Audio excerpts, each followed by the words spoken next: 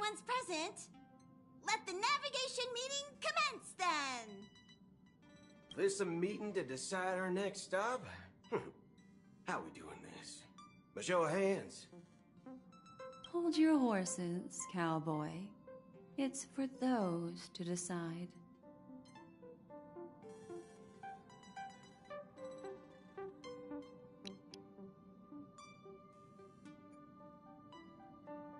But why are you here? I'm just catching a lift. Don't sweat it. Okay. Allow me to explain. Mr. Boothill and Miss Black Swan submitted a request to temporarily travel with the Express for their own personal reasons.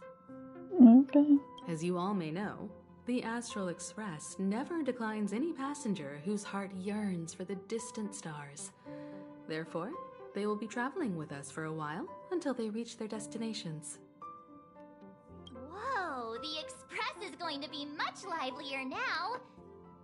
But, Miss Black Swan, you better not use your Memo Keeper abilities to pull any pranks. Understood, Miss Marge. I promise you, you'll never see me in your room while you're taking a break. Don't! You're freaking me out. Yeah, you can see. Alright, now that everyone's met everyone, we can continue our navigation meeting. Firstly, Pom-Pom wishes to thank everyone. If it weren't for you all unearthing the truth about Penacony, Pom-Pom would have never known where Mikhail and the rest had gone. What they had to go through was regrettable, but I reckon they all fulfilled their wishes. And it was thanks to all of you. Thank you, everyone. Now then, we come to the crux of this navigation meeting. We must decide on the Express's next stop. Let me introduce our current options. The first choice is from Himiko, the oceanic planet of Lushaka, a planet composed entirely of water. Many aquatic races reside there. Of course, it's also the home planet of the venerable, nameless Mikhail. The second choice is the agate world Melustanen, suggested by Welt. It's famed as one of the initial sites of the Stellaron disaster, and the place where the beauty Idrilla ascended. Today, it's celebrated as a planet of undying allure. Can I choose? The third choice is Edostar, a planet nestled within a vast ion storm region, currently under assault by the Antimatter Legion. However, the distress signals from there have recently ceased, prompting the IPC's wish for us to check in on the situation. The last choice, courtesy of Black Swan, is the glass belt Petravia, a massive belt of asteroids that was turned to glass by the Lord Ravager Zephyro. These days, it's apparently known to house one of the branches of the Morning Actors Troupe. Ooh, so many options. I'm seeing stars already. Next up, everyone will select the destination that they wish to visit. And then we'll put it to a vote. Oceanic planet of Lusaka sounds pretty. Little Misha and old Mikhail's homeland. Having been through so much in Penacony, as an aspiring nameless, I believe a visit to his homeworld is a must. Very fitting. Count me in. Still, I imagine that planet must have changed entirely after the Stellaron disaster. I've heard that its land masses no longer exist and the native population has completely changed. I'm not against Miss Himiko's choice, but Edostar sounds like it's in danger. As nameless, should we not extend a helping hand? March is right. Though the fact that the distress signals have ceased means we're probably too late. But I still think we should investigate the situation there. 3 votes for Lushaka, 2 for Edo. Looks like we have a winner! Next stop, Lushaka, the ocean planet. Yay! Then this navigation meeting is adjourned. I'll go check the warp jump coordinates. Everyone can catch up on some rest in the meantime. When it's time to make the jump, Pom-Pom will make an announcement. and there's still some time before the jump. What should I do? How about a chat? Over here. Not yet. I'm gonna talk to them first. Please let this trip be uneventful. Please let this trip be uneventful. Please let this trip be uneventful. Not a chance.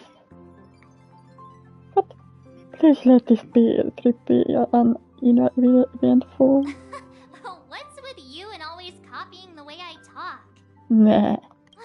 The last couple of trailblazing expeditions have been downright terrifying. It's about time we had some fun, cozy, and cute adventures for a change. Yeah, would be nice. Come on, start praying with me.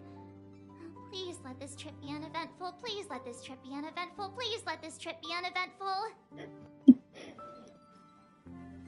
You do that. I'll speak with Tangha. Huh. For some reason, I'm suddenly stricken by the feeling that we haven't crossed paths in quite some time. Yeah, it's been a while. It has indeed been a while. But you are always in my heart. I should have known better than to expect anything serious from you. This time you must disembark with us when we reach our destination. Got it. And the up. This Astral Express sure is comfy. But I got one tiny problem with it. How come there ain't no potent drinks on this ride? I can live without malt juice, but at least stock something else. Like that white gem, common as dirt and not too pricey.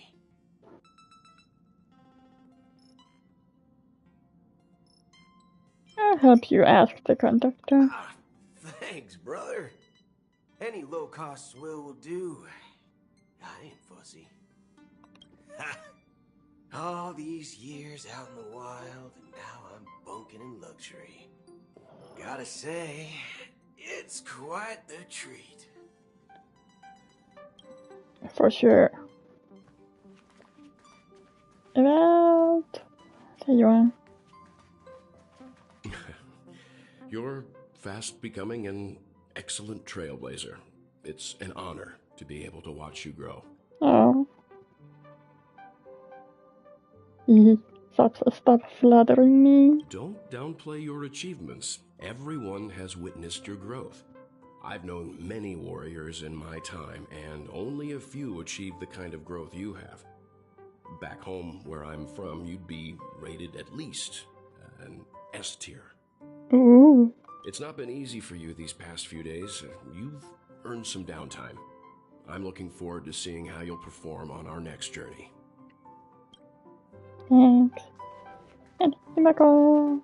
Come to think of it, this trip to Penacony was the first time we trailblazed together, wasn't it?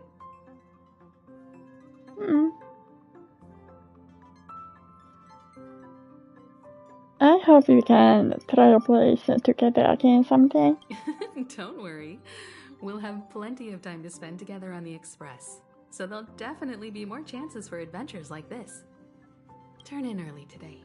You've really been pushing yourself hard recently. If you don't take this chance to recharge, it could lead to long-term problems. It seems fine when you're young, but it's a different story as you age.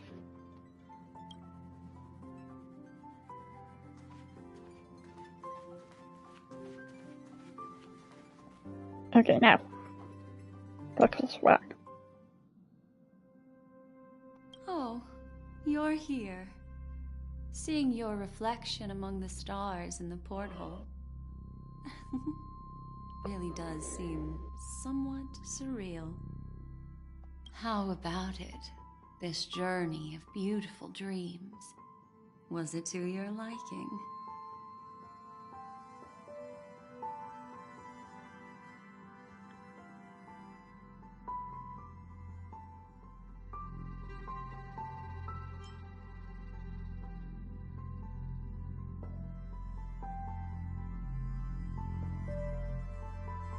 seems like there are still lots of loose ends, no? There's a rich scent of curiosity here. Such memories can be irresistibly captivating. So, how about you hand that small parting gift back to me? I'm quite eager to have it back. Ja, het is...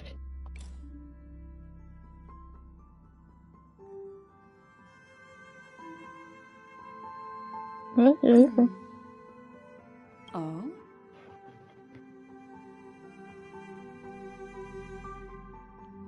It's not this card? Never mind. I just stumbled upon a particularly fascinating spot in your memory. Before I explain, I would like to apologize to you. This farewell gift I gave you isn't really a compass from the memory zone, but merely an empty light cone. Remember when we entered the hotel in the dreamscape for the first time, and I procured a few trinkets from your companions? Their functions are similar. This way, I can always be attuned to your location, ready to assist immediately if you encounter any threats. But this is not its most intrinsic function. Light cones are slices of light used to encapsulate solidified phenomena. This empty light cone is the same. It can etch your memories in their most vivid form, and then allow me to admire and manipulate them, turning them into unique mementos. All the world is born from the power of mind and soul, and that power is memory. To prevent ourselves from being forgotten by the world, we must make the world remember us, or use our memories to recreate it.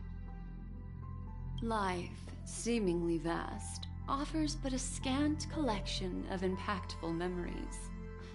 Some joyful, some sorrowful, some light, some heavy. But you are different. Memory is a reflection of the future. Within that reflection, I see your unparalleled worth. You have the power to craft memories that can captivate the world. Your memory can illuminate the universe's future path. And that memory will be as scintillating as the star clusters you see in this portal.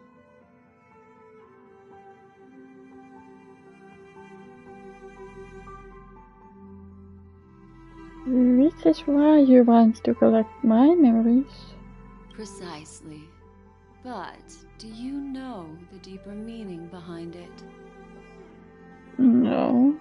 The reason is simple. In this grandiose and ostentatious dream of the families, only you personally experienced the entire course. What does that mean? Patience, my friend. I will reveal the answer to you, but that time is not now. Turn around and take a look at your friends. Every one of them is reveling at the arrival of their next destination, all filled with hopes and expectations of their own present and future. Revealing everything at this moment would be a bit of a buzzkill, wouldn't it? I'm looking for an opportune time, a time when you're totally at ease. Perhaps when the night grows hazy and you're about to drift off would be the most opportune. How about one fine night? I will prepare the candles, aromatics, and even a cushy couch to create a cozy dreamland for you. And then I will tell you the answer in the form of a little bedtime story to lull you to sleep.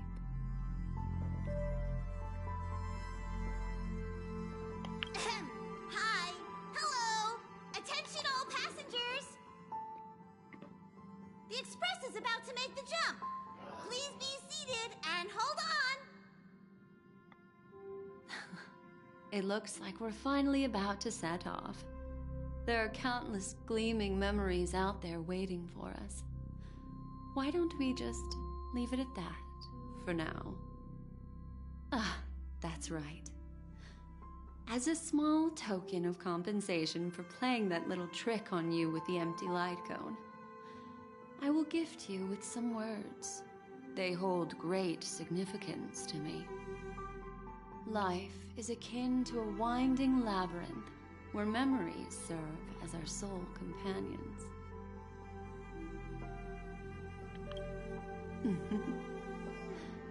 You'll remember these words dearly, won't you? In the year 2158 of the Amber Era, the first year of the new epoch, the universe resumed its intended trajectory. The kindling of conspiracy smoldered in Penacony, the land of the dreams.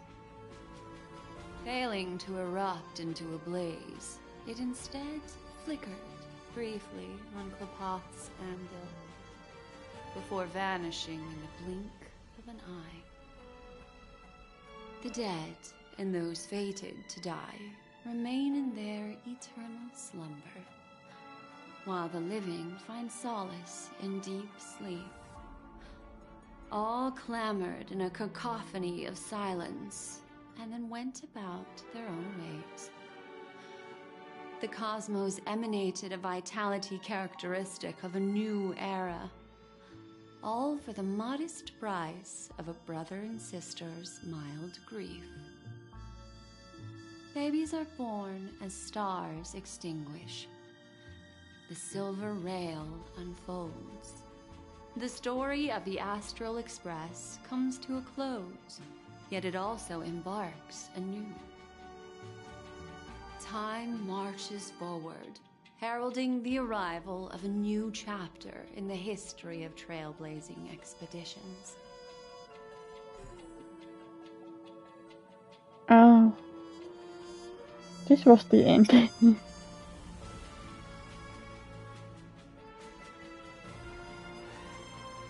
Oh, that's cute. Little end credits.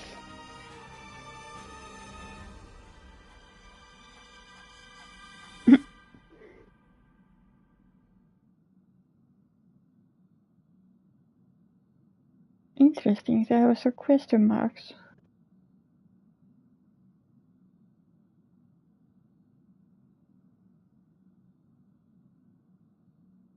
Aww. In loving memory. This journey leads us to the starward. Countless shooting stars streak the sky tonight. If you can pick the right one, it will carry your wish to thousands of distant worlds. You're feeling very relaxed now, aren't you? So, then, it's time to tell you a little bedtime story. Well, let's start with a conclusion. The crew was defeated in the battle against Sunday. Everyone in Penacony failed, and no one survived. That's a nice thought. But don't panic. The truth, as horrifying as it may be, is not yet irreversible. There's still a glimmer of hope, and that's why I'm here. Next, I'll use this empty light cone that carries all your memories to relive everything that happened before. And when this story reaches its end, I'm sure someone as clever as you will notice that. There's a major flaw in the story you have experienced, yet within that flaw lies a glimmer of hope. Are you ready for it? Do you remember everything? When the clock turned back, the Express started a warp jump, sending you to a strange dream. You were bewildered back then, and then a Galaxy Ranger named Acheron showed you a way out. Mm-hmm. When you arrived at the Reverie Hotel, you met the doorman Misha and had a confrontation with Aventurine, an IPC representative. Thankfully, Acheron appeared again and helped you. After that, you saved Firefly and explored Penacony together. During the tour, you ran into Sparkle disguised as Sampo and accidentally entered a child's dream. There, I rescued both of you from death, but Firefly didn't return to reality. She realized the truth and tried to involve you in her plan, but that resulted in an accidental death. Even more unsettling, you soon encountered another murder. The 2 cases of death prompted you to investigate the truth behind the sweet dream. Despite your efforts to gather information about the 2 victims, you didn't make much progress. But you did learn about the watchmaker from Gallagher. Meanwhile, Aventurine was secretly carrying out his scheme, in which you were one of the pawns. In the midst of a fierce battle, Acheron revealed her true identity as an emanator of the Nihility and unsheathed her sword. That strike foiled Aventurine's plan and opened a passage between the sweet dream and the original memory zone. Upon your arrival at Dreamflux Reef, you learned the truth that death was actually dormancy, as well as the truth about the dreamscape, the Stellaron, and the bellboy, Misha. You split up with Sunday and Robin, looking for a way to seal the Stellaron. However, it turned out that Sunday and the Dream Master had their own hidden agenda. And you had to engage in an ultimate duel on the stage of the Charmony Festival. Finally, the story reached its conclusion. You emerged victorious, with the Trailblaze triumphing over the Order, and Penacony embracing a bright and peaceful future. This marks the end of the thrilling journey in Penacony. I'm sure you've already noticed something unusual, haven't you? The major flaw, which contradicts all the known information, hides in this story.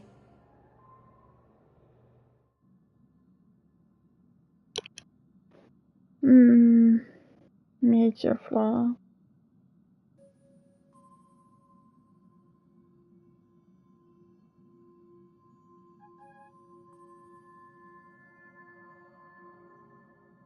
I don't know.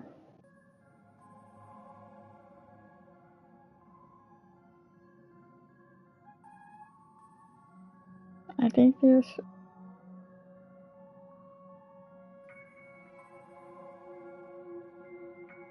Well, my first encounter with Misha.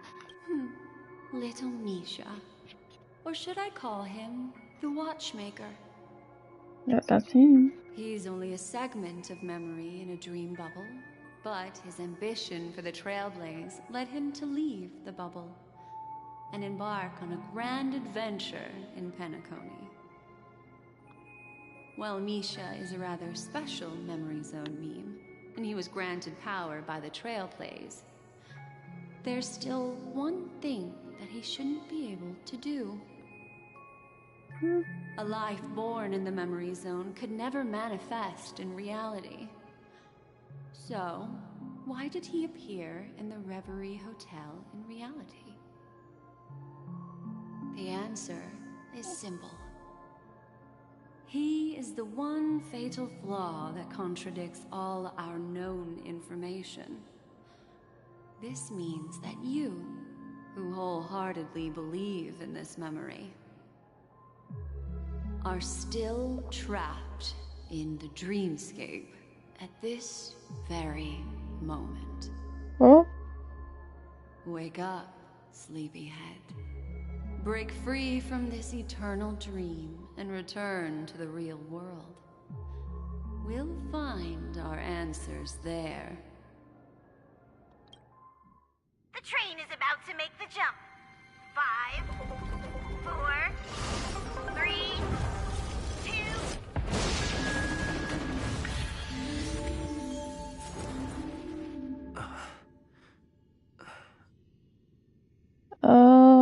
Okay. Yeah, not done with the Penacony. This way, darling.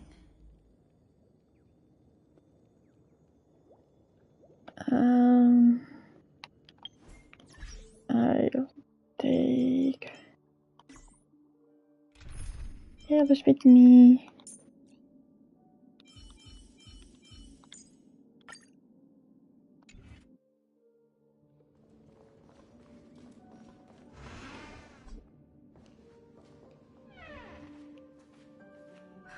Not another one. Thank you so much, Black Swan. Finally, I can breathe a sigh of relief. Lite trött, alltså boyström with this scene. I understand you must be confused, and will do our best to shed light on the situation. However, before that, it's essential to know that this place is the rift between dream and reality. A place reserved only for those who have awakened from Enna's dream. Do you remember Sunday's ambitious plan? He intended to harness the power of the Stellaron, the collective will of over 100,000 Oak family members, and the desires of everyone in Penacony to usurp the harmony and restore the order. Unfortunately, it didn't stop there. From the early days of our journey into Asdana, we were already affected by the Stellaron. That strange dreamscape where we met. Maybe it was a sign that your thoughts were beginning to drift away. All of this is just a dream? I don't think the goal of the Order was to put everyone into a deep sleep. Quite the contrary. They used the Stellaron to catalyze the leakage of Asdana's memoria into the material world, allowing the dreamscape to blend with reality. Oh no. And that included a lot of memoria from the Beyond the Skychoir. As time came and went, the dreams eventually became indistinguishable from reality, and reality became an illusion. People think they are awake, but their spirits have long since stepped into the Temple of Order. This is what makes Enna's dream so powerful. In this paradise governed by the Order, everyone indulges in their delightful dreams and lives happily ever after. I believe what you experienced in the sweet dream, except for that flaw, was real. Only in this way could you reach the destination, lifting the crisis in Penacony and embarking on your next trailblazing expedition. If it wasn't for Acheron's plan, we might have been trapped in this dream forever. Fortunately, while the path of the Order governs all things, it can't affect the Nihility. I came to realize this when the Dream Master tried to expel me at any cost. This is also why you felt a sense of peculiarity when traveling with her. Well, I'm not as fortunate as she is. Even if I'm a memo keeper, I was still influenced by the power of the Order and fell into hallucinations. However, thanks to your memories, now we still have a chance to turn the tide. For mortals, even if they possess the great power of a path, they can't create a flawless world like gods do. That's why there was a flaw in your dream. In other words, once you have realized the world is not real, you'll have a chance to break free from the dream. The flaw in your dream lies within Nisha, who could have never appeared in reality. When I turned the pages of your memories, I realized that I was in an illusion too. So... we still have a fighting sense? Now Sunday has usurped the power of the harmonious choir through the Charmony Festival. Asdana has thus fallen into Enna's dream, transforming everyone equally into the notes of the Aeon. Failure doesn't mean weakness. Only the strong can gather the will to resist the order and try to break free. We still have a chance, though. To make it happen, please, Black Swan, guide us to those with a strong will. All right, please come with me. These people are... They're the ones who accept Enna's dream and indulge in their happy illusions. We have no means to wake them up now. Not even your clockwork will do the trick. However, there are still other things we can do. Let's keep going. And welcome, Julian.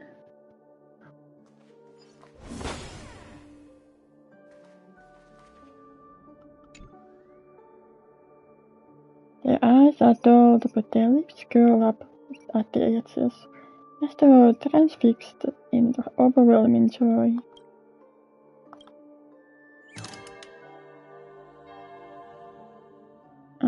It's doable. Okay.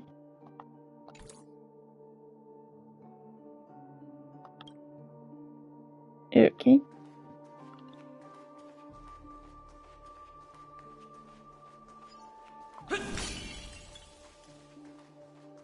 But you? They are so immersed in mediocre fantasy that they completely fail to notice your existence. It's a promised land for us. Okay.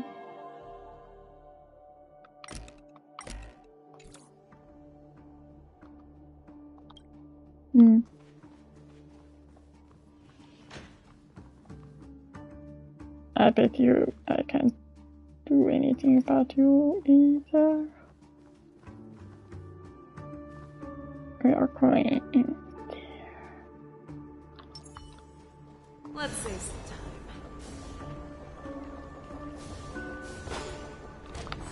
All together!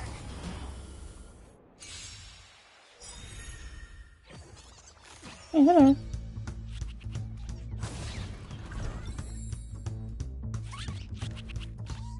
No. Have your fangs and claws dulled. Fearless and unstoppable! I'm the shadow.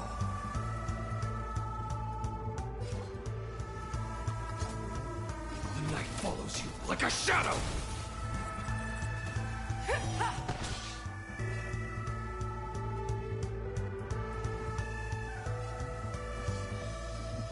Time to reap.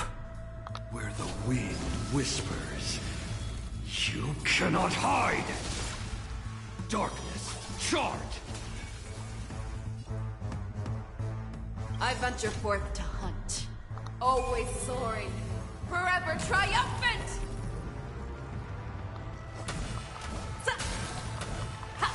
Victory is inevitable!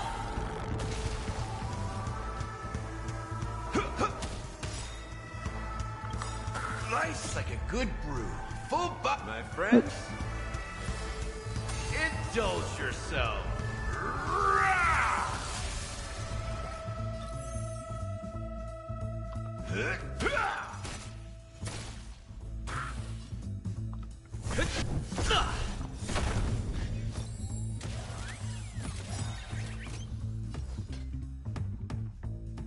Never back down.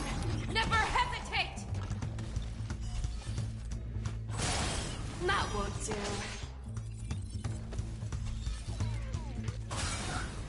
Show me what you can do. I'll give you 5 seconds. Lance ablaze. flaming lance! Forward!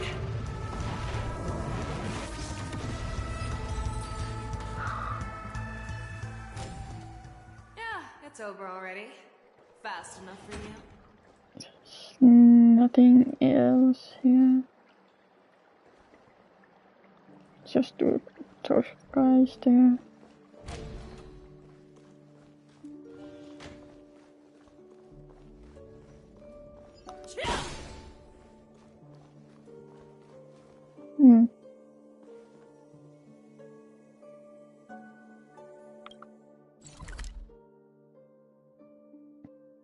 And that's going here. Oh. Not yet then. We have a mission.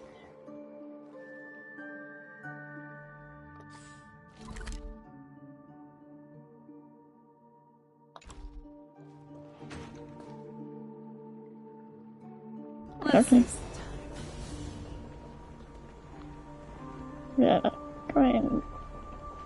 We are going to. I can read map.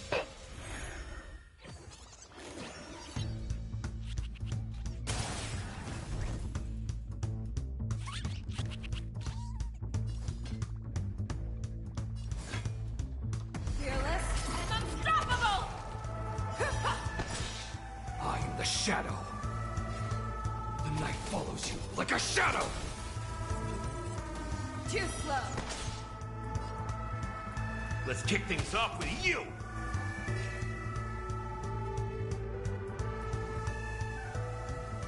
I venture forth to hunt, always soaring, forever triumphant!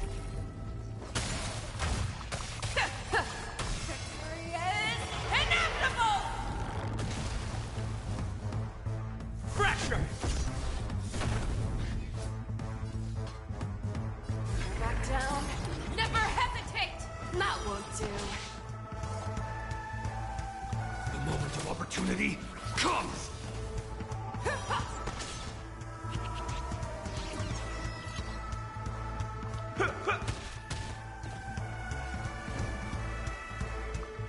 To the finish! Darkness, charge! No. Have your fangs and claws dulled. Fearless and unstoppable!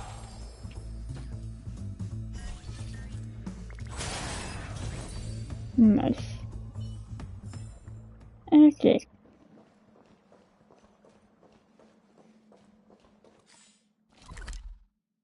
This map was confusing.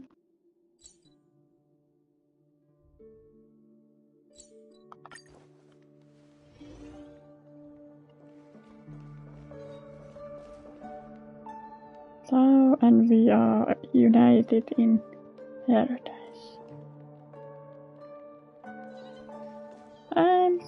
I'm fine. I'm a little tired, but I'm excited how this lot goes. We abide by thy divine will. How are you? Here we are. It's Robin.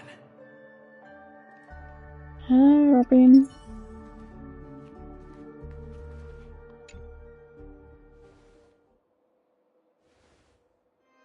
Finally, you've arrived. Let me introduce you to Robin. She woke up from Anna's dream by her own will, and it's this tough lady who led us here with her song. Oh. I woke up for the same reason as all of you. In the dream, I experienced something that could never occur in reality. Are we going to lock it up in a cage? I want to see it fly freely in the sky. Without us, this bird would be too fragile to survive on its own.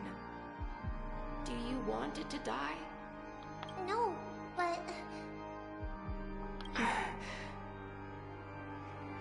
Then let's take care of it together until it can return to the sky. Huh? Birds have wings because they're meant to fly. Even if they may crash on the ground one day, they shouldn't be trapped in a cage. Birds belong to the sky, so we should help them return there, right? Yeah, that's a mood. Hopefully I can help you with that boldness. The illusion was so impossibly blissful that I realized it was just a dream. And this is our final hope. Enna's dream is founded upon the harmonious choir, namely everyone's shared wishes. It will only materialize once the aspirations of all beings in Penacony merge as one. At present, it has become impervious due to people's desire to remain slumbering within the dream. And in order to destroy it, we must make everyone in Penacony want to wake up. Now comes the tricky part. How do we do it? I'm curious too. Humans yearning for sweet illusions borders on obsession, leading them to subconsciously resist the harsh reality. Therefore, I carefully selected a moment where he was completely unguarded, guiding him to uncover the truth himself to make him regain his consciousness. However, to wake up everyone in Penacony and get them to share the same determination, that would be nearly impossible. Indeed. I'm afraid it's almost as difficult as resurrecting an Eon. But we can't just stay here and do nothing. I hate Anghang and Foothill. This is a critical moment for the whole universe. Who cares about some dumb number? Well, someone enjoys making dramatic entrance. Thanks to Black Swan. You're welcome. And thanks to the memo keepers in Penacony too. I believe your partners have also awakened from their dreams. This is the first step of our plan. With the assistance from the Garden of Recollection, those who possess a strong will, like you, will gradually awaken from the dream. These free wills are the discord that will sway Enna's dream. However, awakening a mere handful of individuals is insignificant compared to the vast number of people immersed in the dream. We must find other ways to awaken the free will of millions of people within a short period of time. If breaking through from the inside proves challenging, we can seek assistance from the outside. We've long been aware of a potential solution. Asdana is a galaxy known for its abundant memoria and the remarkable phenomenon known as synesthesia dreamscape. When people first enter this place, they often find themselves and others sharing a collective dream. At this very moment, there is only one dream encompassing the entire Asdana system. So, you mean, if we can attract a large number of outsiders to this system, their free will would intertwine with this dream and shake it to its core?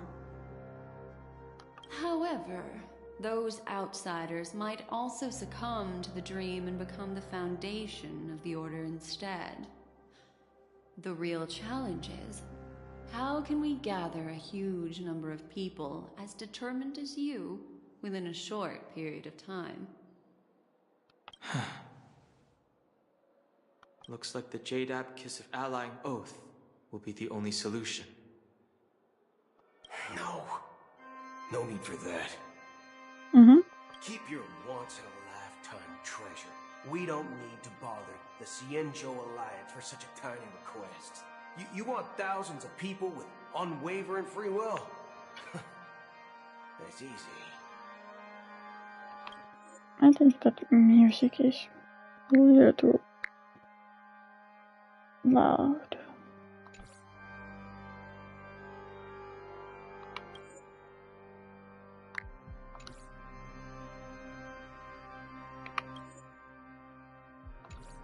just leave it to us Galaxy Rangers.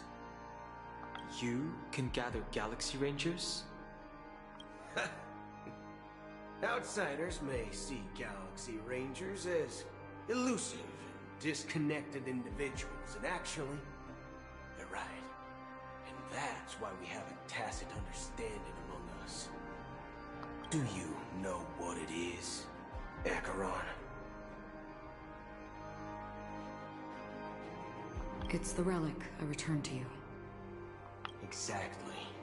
Its owner must have told you that it's meaningless to anyone other than a Galaxy Ranger, and that it can only fulfill its purpose when returned to its rightful owner. Because it's a burial artifact, worthy only of a hero who has served the Galaxy Rangers with honor. When its light illuminates the universe, it means the fall of a hero. And in the direction it falls, countless meteors will streak across the sky. Those meteors are Galaxy Rangers, coming from all corners of the cosmos, driven by a shared purpose, without questioning the cause or counting the cost, because we abide by a bottom line. The shooting stars of the hunt only descend on the longest night, and with them comes the dawn. We've stayed silent for far too long. Now, it's time to remind all the cowards, oppressors, and villains of the universe of our presence. I'll be the one to ignite the first spark. Once the dreamscape is swayed, I'll complete the second step. I'll fine-tune the slumbering souls with the Song of the Harmony, interrupting them with the discord of Trailblaze, and guiding them towards reality. It's true that some people are born strong, and others are born weak. If the Trailblaze is the target of heroes, then the Harmony will guarantee that the strong help the weak. Only the people of Penacony themselves can be the saviors of their homeland. Their path of happiness should be forged by themselves. While I may not be a nameless, I'm willing to instill courage in all those who need it. This includes my brother as well. And his dream is too cruel for him and everyone else. Your plan sounds well conceived, but still, it appears somewhat idealistic and romantic. The flaws rooted in human nature can't be eradicated overnight. Do you believe these efforts alone are enough to convince everyone to choose the right path? I agree with you, Black Swan. That's why the most critical aspect of this plan is not to convince everyone to choose the right path, but to inspire them to save themselves. So, you're the key in the end, I assume? The Harmonious Choir possesses the power of an emanator.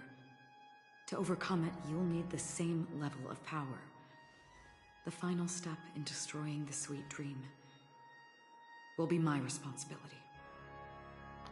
That's a relief to hear. Now that our roles are assigned, let's get to our battlefields and pose a grand finale. Yeah. May I have a moment alone with you? There's one more thing I need to explain to you. Mm-hmm. This grand festival is drawing to its close. This is the starting point for the ultimate stage of our journey. Just as it marked the beginning of all the stories in Penacony.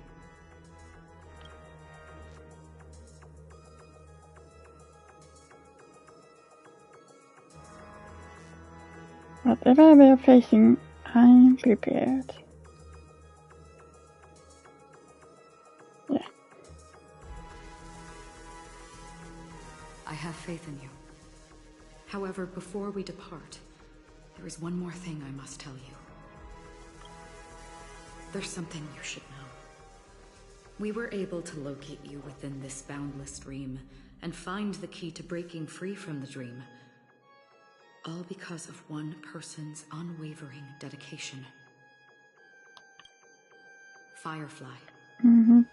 She awakened from the dream ahead of others, discovered the Express amidst the stars, and brought us valuable information about the remnants of the Order.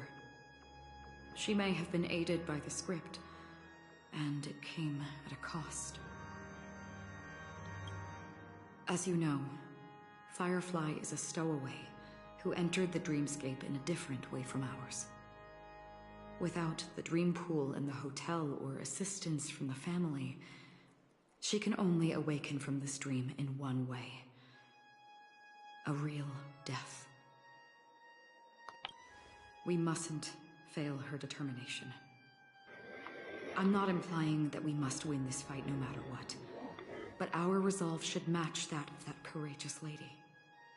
Hmm. Are you ready?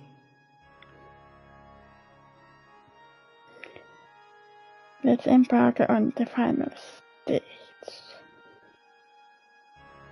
I was thinking, do I take Kalos or March?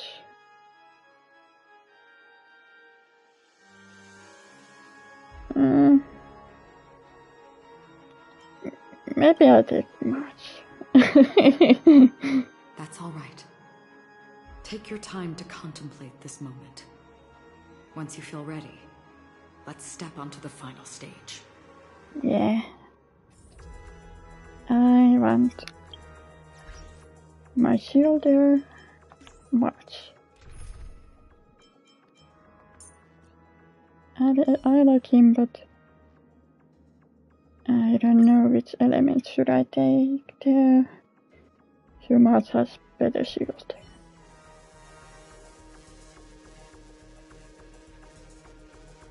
Yeah. Are you ready?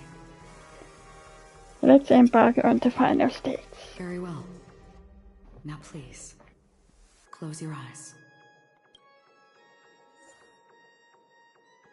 Returning to the waking world, we'll find our answers there.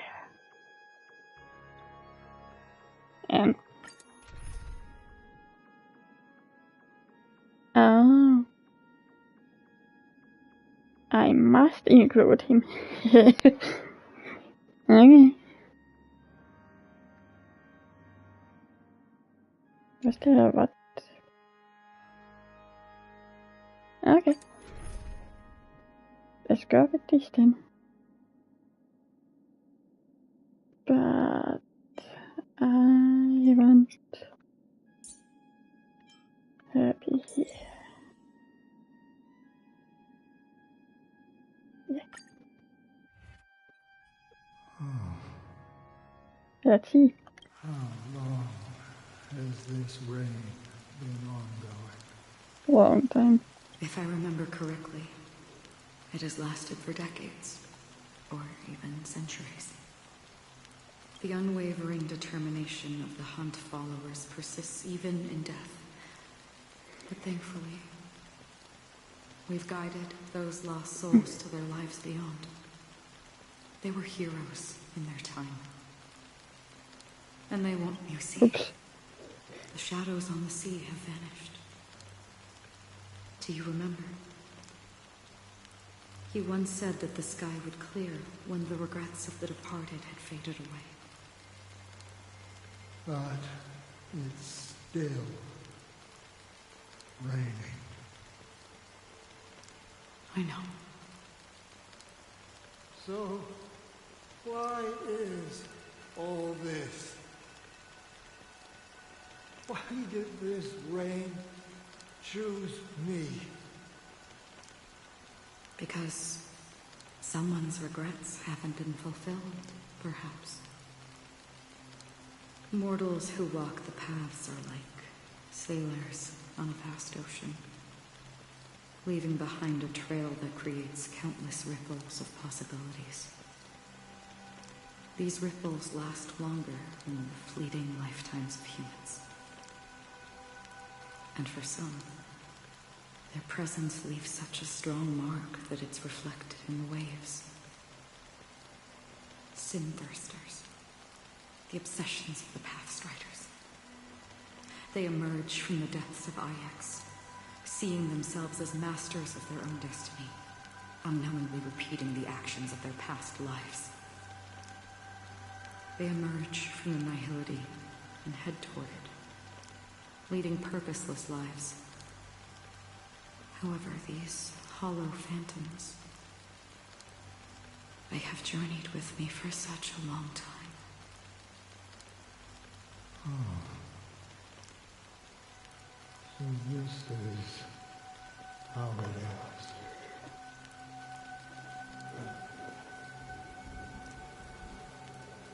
I'm already dead. Oh. Yes. Are you watching over me? This is my duty as the Watcher of the Acheron. I'm guarding the path to the abyss of the nihility, guiding every soul reluctant to become one with it. Back to this side. But if this is what the departed ones expected, should you try to change it? I don't know. But someone once told me that when the inevitable moment came, he hoped that someone would stand at his grave and place a bouquet of flowers. Even if it doesn't make sense at all. Some tasks have to be done, even if they are pointless. I have experienced that much already. Please extend your hand and then close your eyes. I'll carry your wish with me and fulfill it. Only then will I be able to put an end to the final regret by the Dead Sea. Will I ever see them again? Yes, that is certain. Because it was you who told me about the Express, your two former companions. The expedition cut short by the swarm, your narrow escape from death, and your encounter with the Galaxy Rangers. And Penacony, the hometown to which you could never return. Yeah, for countless times I got rejected by the family and had to pass it by. But I knew that my companion was still there. Alone. Mikhail, are you still there? Ja, Jordan. Take my hand and come with me. We will leave this place. You'll embark on a long, long journey, shrouded in darkness. But fear not, as a touch of red will be awaiting you at the end of the path. That's the color of existence. Follow it, and it'll guide you and illuminate the way out. By doing so, you'll eventually reunite in the warmth of the sunlight. Thank you. May death be the end of your boundless dream, guiding you back to the waking world. Welcome to the horizon of existence. This place is one of the thousands of manifestations belonging to the sleeping and shapeless. And it's also an exit out of the nihility for the awake ones. Let's bid our final farewells here.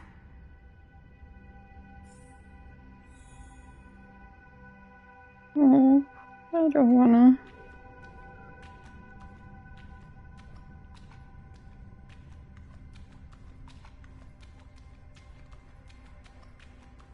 always distinguish between reality and imagination. All right, Gray.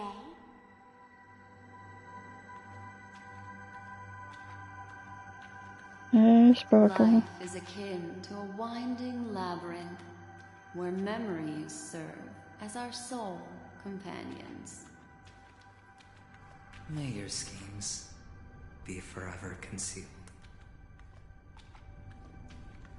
Anna's dream is too cruel for him and everyone else. To the imperfect tomorrow. I still remember the question on the invitation letter. Why does life slumber?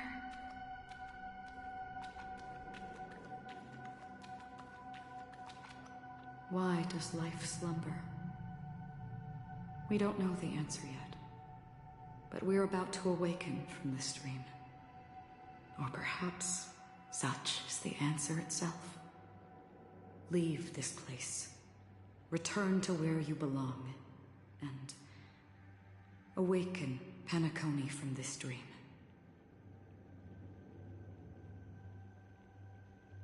Will you come with us? As I said, our plan is not about convincing everyone to choose the right path, but about inspiring them to save themselves.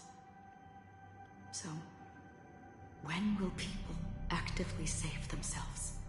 Depends. The answer is when they are in desperate situations. Like a drowning individual in the deep sea. When one's body and mind bear immense pressure, agony, confusion, and despair will follow. I firmly believe that. The fragility of humankind often freezes them in their tracks. But in truly desperate situations, they will strive to save themselves. And now, Penacony has enough heroes to lead them forward. It's through this inherent, self-centered instinct that people exert their utmost effort, even when they know their struggle is fruitless. As absurd as it may seem, it's their resistance. As for now, it is time to guide them, not as a savior, but as a nameless among those mortals. In this way, you will reunite in the warmth of the sunlight. The rain is intensifying. Before we part ways, please allow me to ask a few final questions. So far, you have forged unbreakable bonds with numerous individuals and entities in the sweet dream. Might I ask if you fear severing these bonds with your own hands? Well, that's not entirely true. But I feel no fear. If there is a vast, lifelike dreamland that is virtually indistinguishable from reality, a realm without death, where everyone can attain the happiness and fulfillment they deserve, living blissfully ever after, I would ask, would you wish to stay? I would never ever want to live in a dream. Imagine if this splendid dream were fated to fall apart. Friends, family, strangers, followed by the gentle breeze, soaring birds, the stars, and ultimately yourself.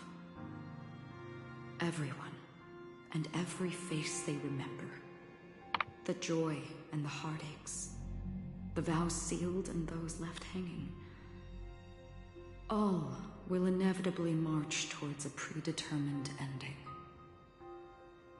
If you had grasped the journey's finale right from its inception, I would ask, would you still embark on this journey? I would place a trail without hesitation. I'm glad. The answer itself doesn't matter. What matters is that you've made a decision. Listen, touch, and ponder. And therein lies the sensation. Cherish it, because that's what makes us exist. Such is the only answer humans can offer when facing the nihility. If the nihility represents the primal fear of life, rendering any lofty convictions insignificant under their imposing shadow, then behind this shadow, there must exist the most fervent source of light in the world.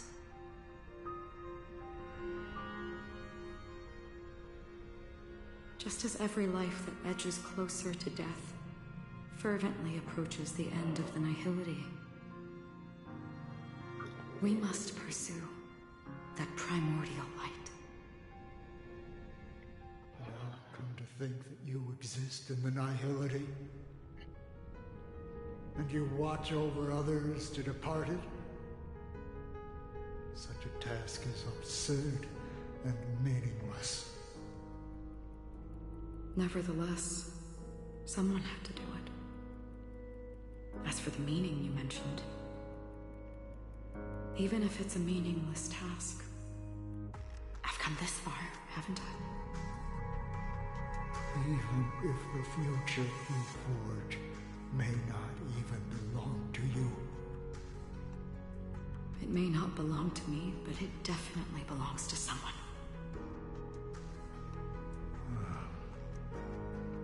What hardships you must have experienced. In that case, allow me to do something meaningless too.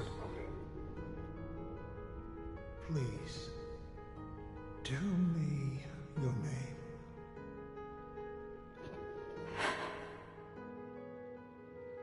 Perhaps my existence will vanish in the next moment, and nobody will remember this conversation or your answer. But I believe that your name should be remembered. And this universe will remember it as well.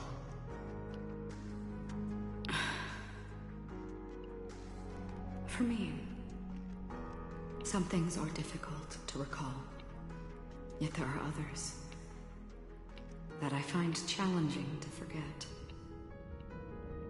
Such is memory, a creation of the past that blossoms into significance in the distant future.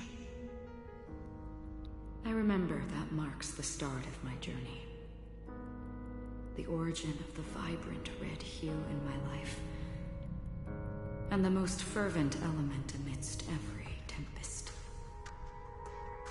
That's my name. Raiden Bozen Mori May. Oh.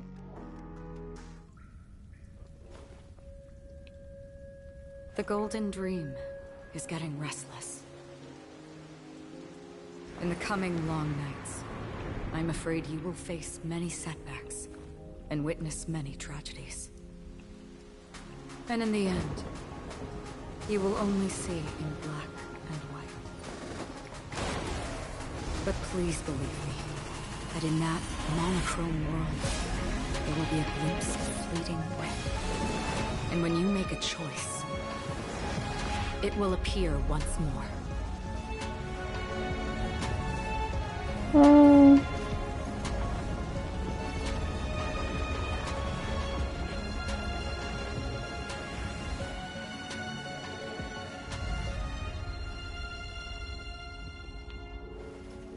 What you must do is ponder its significance, then return to the waking world.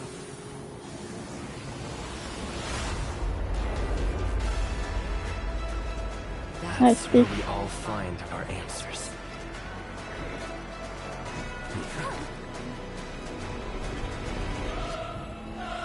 Hello again. Have you broken free from the dream of order? We've done enough sleeping already. Let's show them a wake-up call.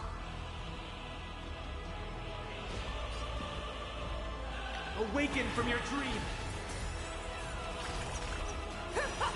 Disorderly noise!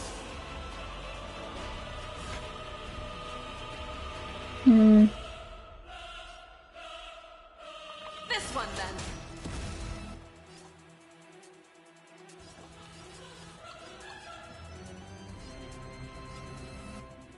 The moment of opportunity comes!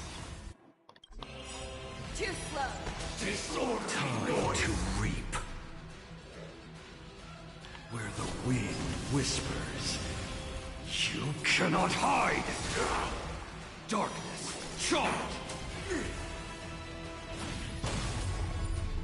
So, you in the mood for another beating? I venture forth to hunt.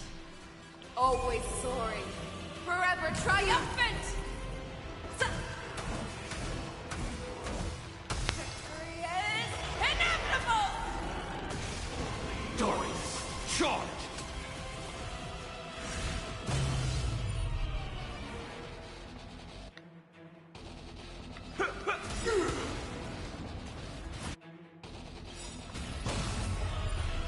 Life's like a good brew, full-bodied and sweet. My friends, indulge yourself. Disorderly noise! It ain't over yet.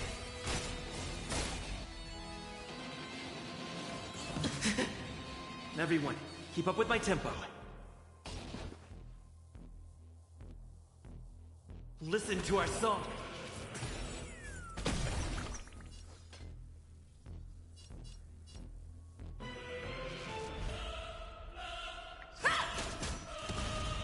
You've arrived, huh? Step up, let's see ya. Let's kick things off with you! That won't do.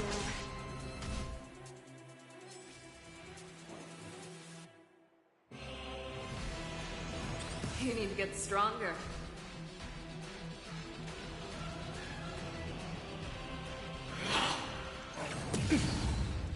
Without order, how can the weak be righteous?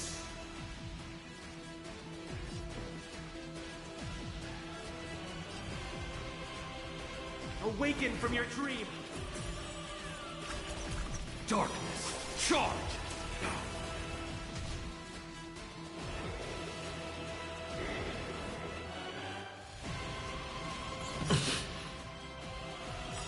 Let's play our own melody.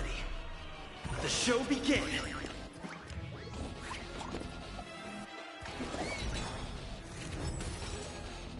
Show me what you can do. I'll give you 5 seconds. This one, then. I venture forth to hunt. Always soaring, forever triumphant! Victory is inevitable!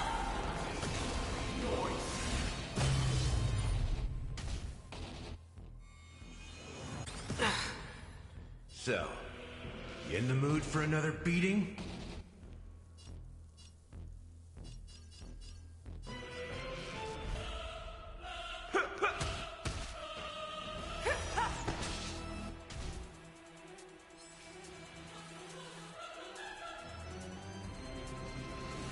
Still the same wall. If you have any objection, feel free to make your case. All things are part of the melody.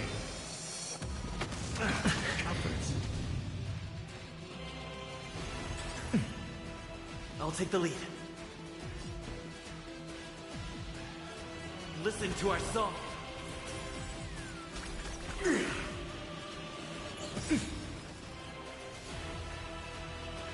Life's like a good brew, full-bodied and sweet. My friends, indulge yourself. Disorderly noise! Darkness! Charge! Now noisy!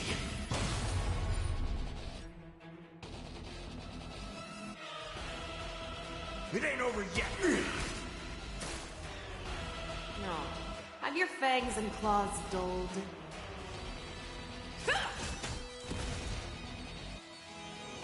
Still the same one. Enjoy eternal peace.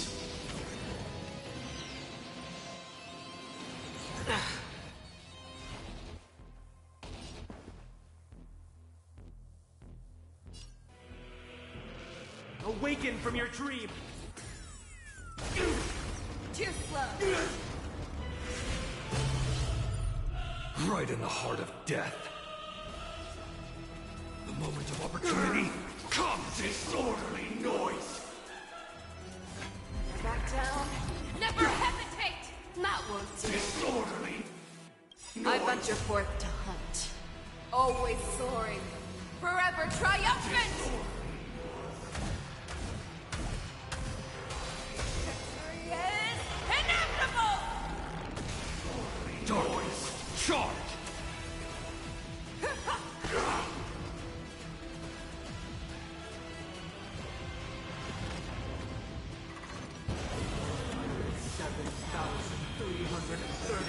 Notes.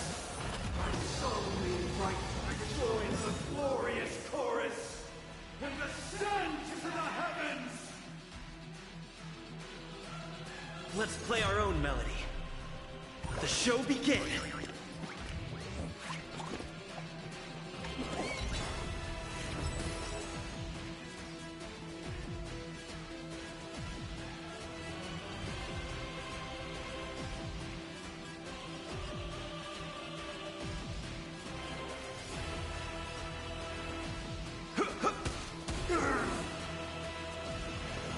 Still the same one.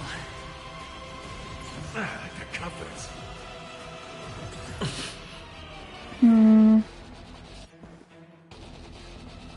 Listen to our song. Darkness, charge! With wisdom comes protection.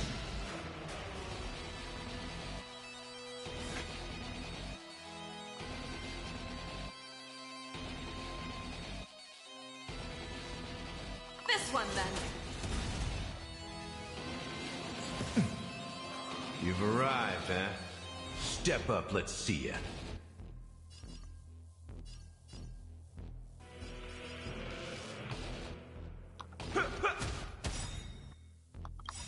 Too slow. Life's like a good brew, full-bodied and sweet. My friends, indulge yourself. Disorderly noise! It ain't over yet! Now noisy! Awaken from your dream! Darkness, charge! I venture forth to hunt. Always soaring. Forever triumphant! Victory is inevitable! Noise!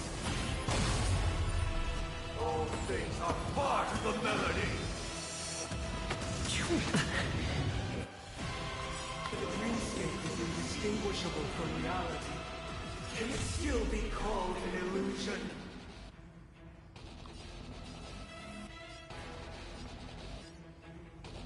Where the wind whispers, you cannot hide! Darkness, charge!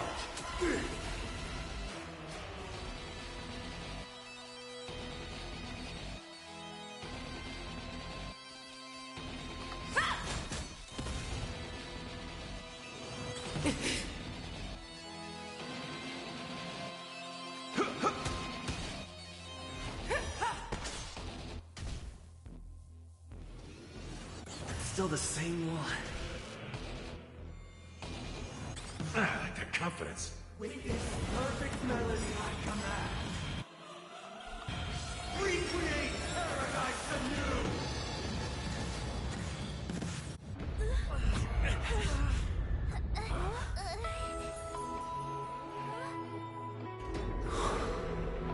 Music.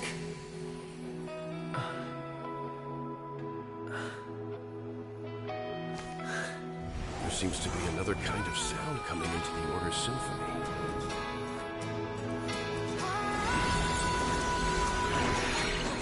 Penacony's first and last disharmony.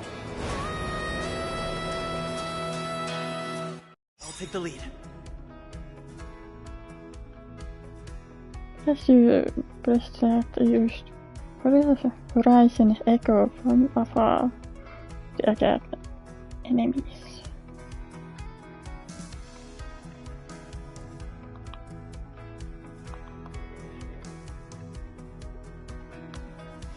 Those imprisoned in their dreams are awakening for freedom. Nice. Is that you singing? Brother, you have heard their cries. This is not the paradise they hoped for. Even so, they don't know where they should be heading. That's why I had to become the lone star in the sky to guide them.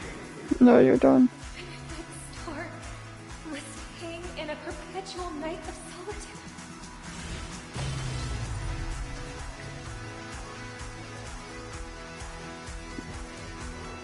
Let's play our own melody. The show begin!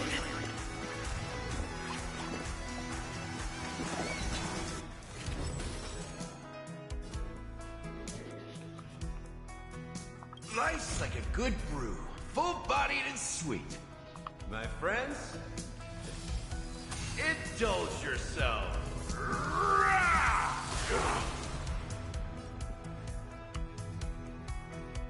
Time to reap. Where the wind whispers, you cannot hide. Darkness, charm, disorderly noise. Listen to our song.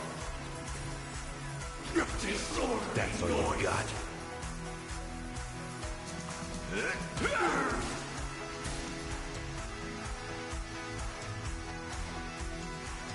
moment of opportunity.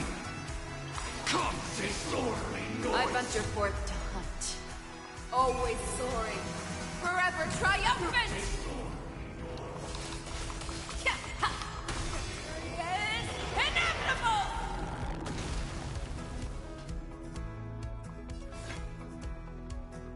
Fearless and unstoppable! If we had never experienced solitude, how could we have embarked on different paths? Now, our final talk has concluded. All the work of creation has been completed. The inevitable day has arrived. The embryo of philosophy will reshape for us all of reality.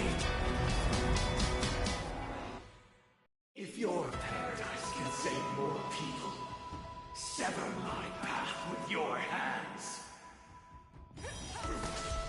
Darkness, charmed.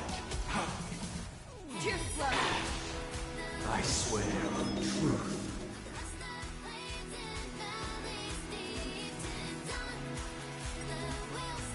Oops.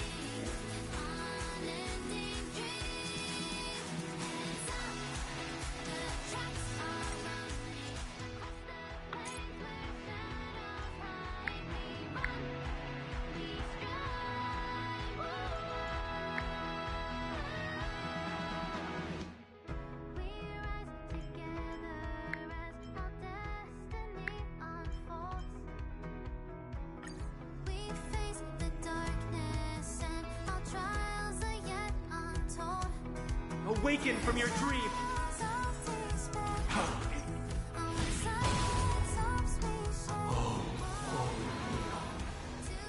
May I honor you? Darkness, charmed! I swear on words. fangs and claws dulled. Back down. Never hesitate! That won't do. Seven-day vow. I command you to heed my summon. Listen to our song. Darkness, shock,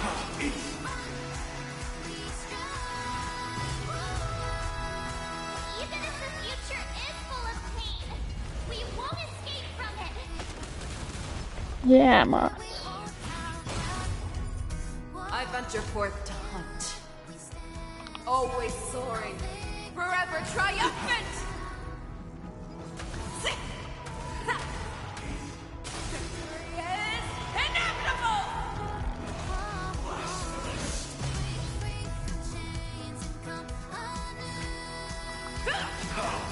blasphemous.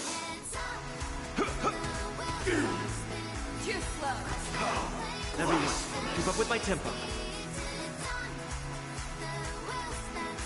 Awaken from your dream. Blasphemous. Let's play our own melody. Let the show begin.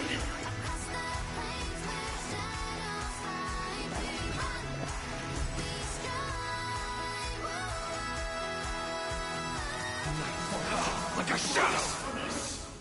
Show me what you can do. I'll give you 5 seconds. You've arrived, huh? Let's kick things off with you. Darkness, charge.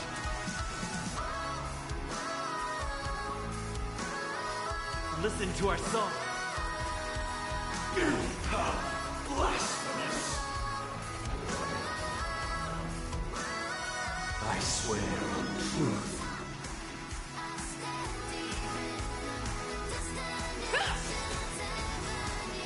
Have a noble soul. Don't be shackled by the past.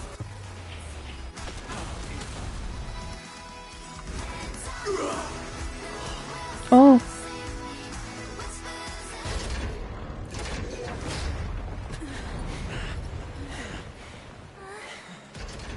So, why does life slumber? Because someday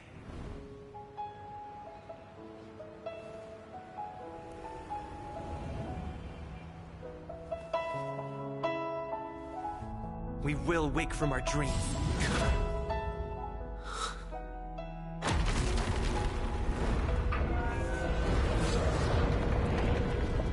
Yeah. The night is still too short. Oh. Brother, the dream is over.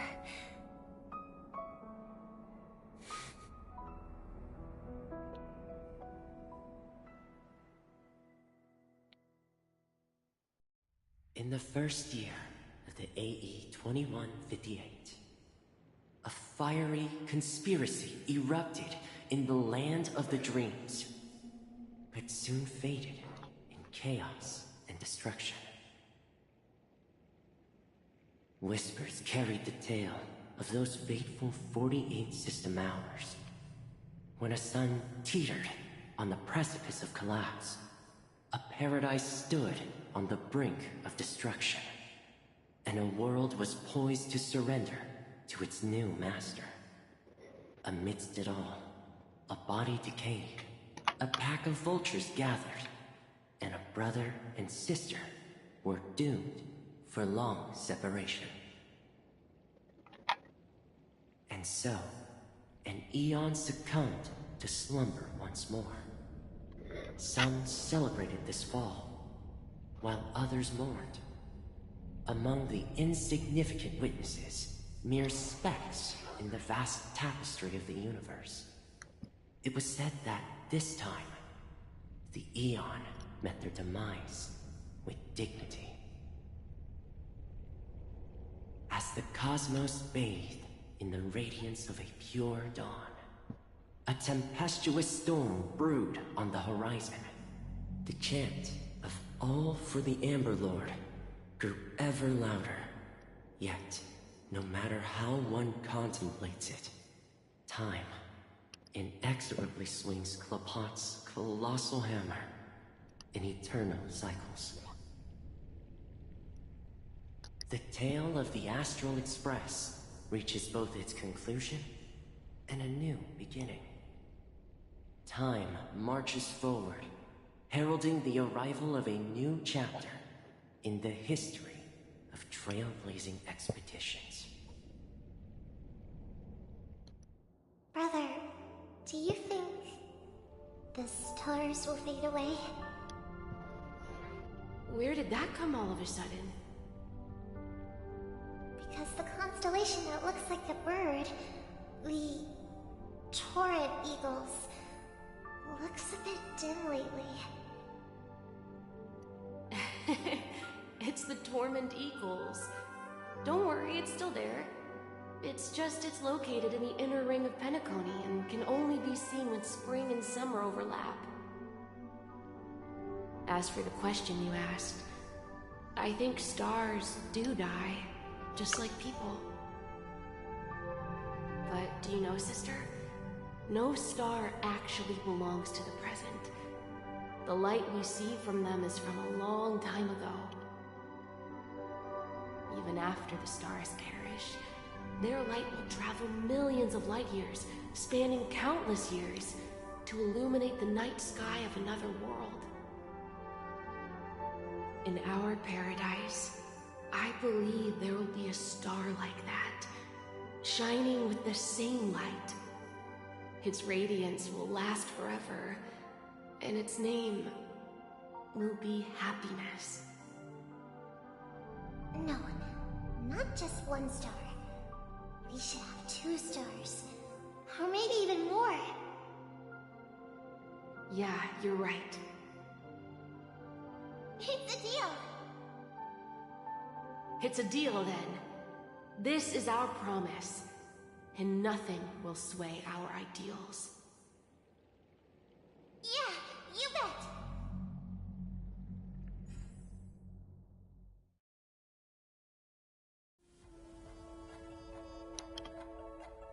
Is it now actual end?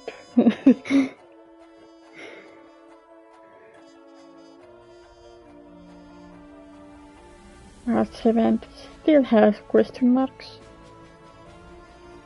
Interesting.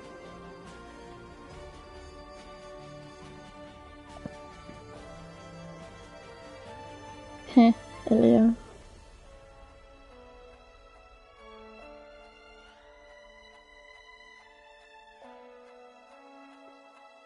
Memory, memory.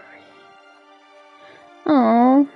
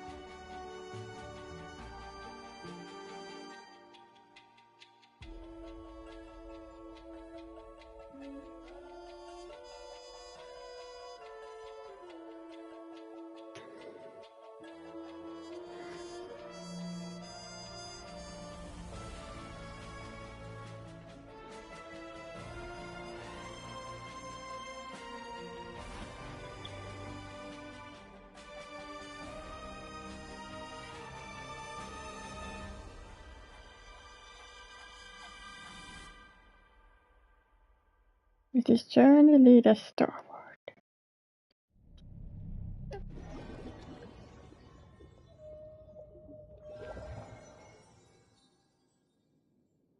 a pleasure to hear your voice again. Congratulations. You've become the biggest winner of this festival. Hmm? Are you calling just to poke fun at me? No. I'm just impressed. Not only did did you venture alone into Penacony and discover the truth of Dreamflux Reef, but you also managed to escape with the help of that Knight of Beauty. Remember the recording you received from your Trailblaze friend? It's now the most valuable chip in this game. However, this came at a high cost. Losing a cornerstone is a hefty price to pay. Diamond just called a meeting to discuss what to do with you. Just as I expected. So is Diamond planning to demote me? Or kick me out of the 10 Stonehearts? Why don't you take a wild guess? Well, alright. Then I'll guess. He's going to promote me to P46? Alright. What will you wager? Are we talking about an actual bet here? I don't want to wager anything just so that you can swindle it all in the end. But if it's just a friendly bet, I'll put on the line what I did when we first met. I'll bet my life, ma'am. Interesting. But since it's Diamond's call, no one can predict the outcome.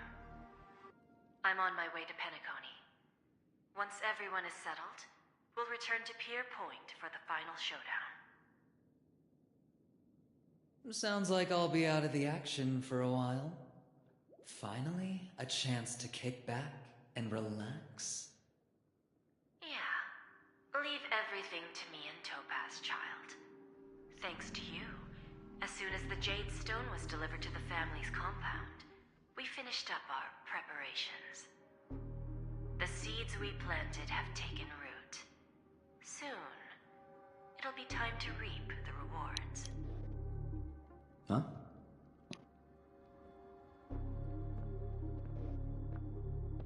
Let's wrap it up for now. Looks like I've got a visitor here. Mm-hmm.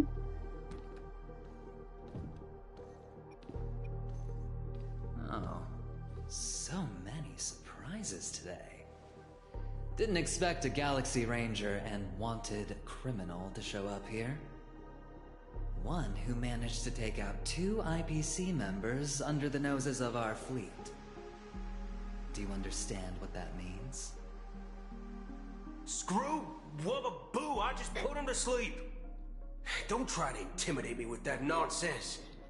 Besides, I've taken down more IPC lackeys than the residual value you squeezed. And I don't mind adding a few more zeros to my wanted poster. I have a question for you. Be honest now, or I won't think twice about putting a bullet in your fucking head.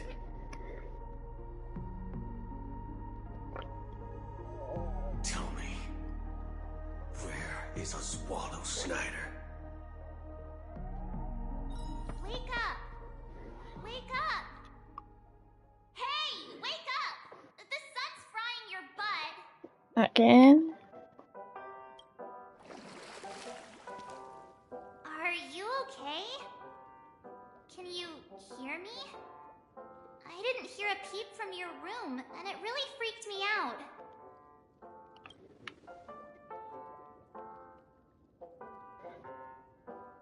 Wow, this conversation is such a deja vu. What are you talking about? Are you still half asleep or something? The Order's dream is over. Even though it's been a day, I still break into a sweat when I think about it. Our trailblazing expedition almost ended in Penacony. I'm so jealous that you got a good night's sleep. I was traumatized and too scared to even close my eyes. I thought if I fell asleep, I'd never wake up again.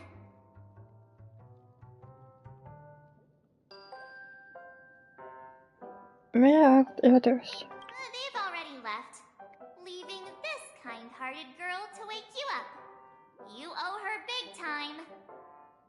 The Stellaron was sealed while you were sleeping. The ordinary people in Penacony have no idea what happened. They just feel like something's missing from their memories. The family's official statement was like, "The Charmony Festival was attacked by an unidentified Stellaron and came to a halt." After all, they can't just reveal the truth about the Order. Now, all the major lineages, except for the Oak family, are dealing with the aftermath. The family has invited the crew to the Radiant Feldspar as witnesses for an important meeting. Everyone's waiting for you, so hurry up and pack. We're leaving as soon as you're ready.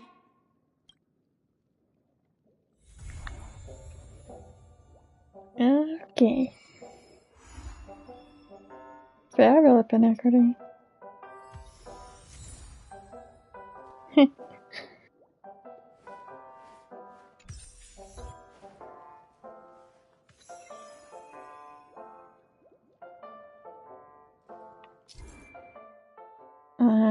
How about this?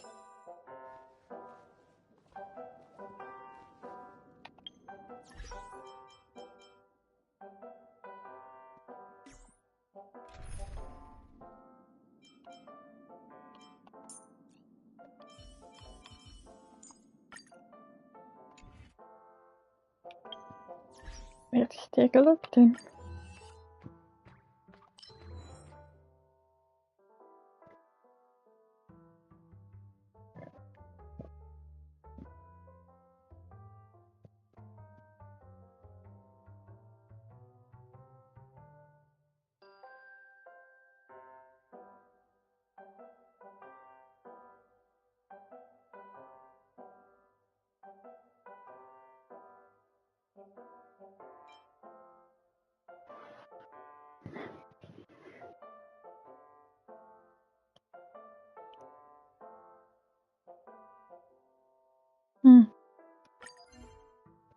More stickers.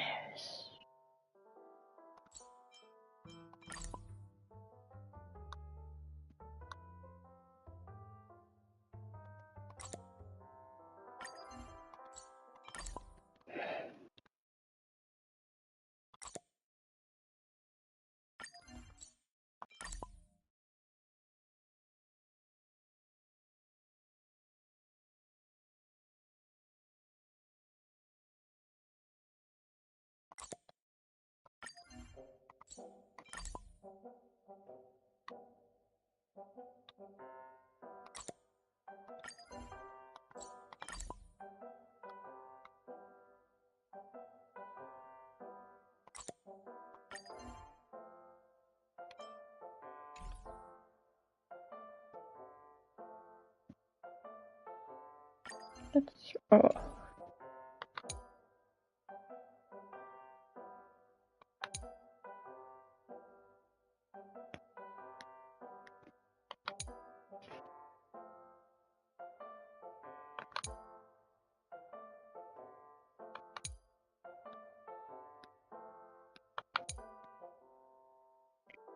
This is a mess. So full.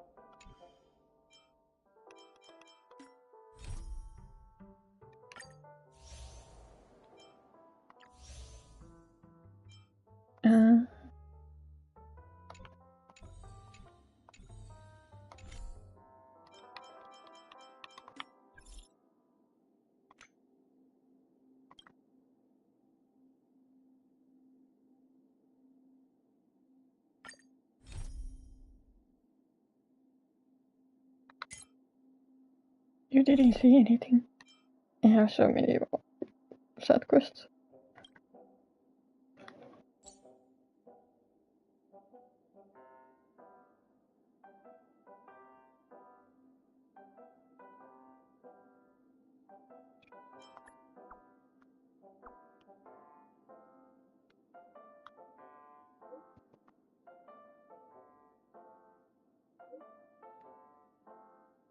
Mm-hmm.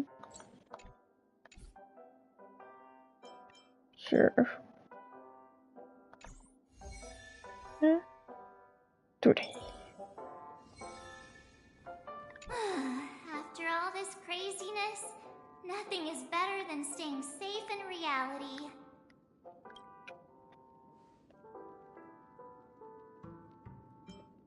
But tell me more about the current state of Penacony. The Stellaron was sealed while you were sleeping.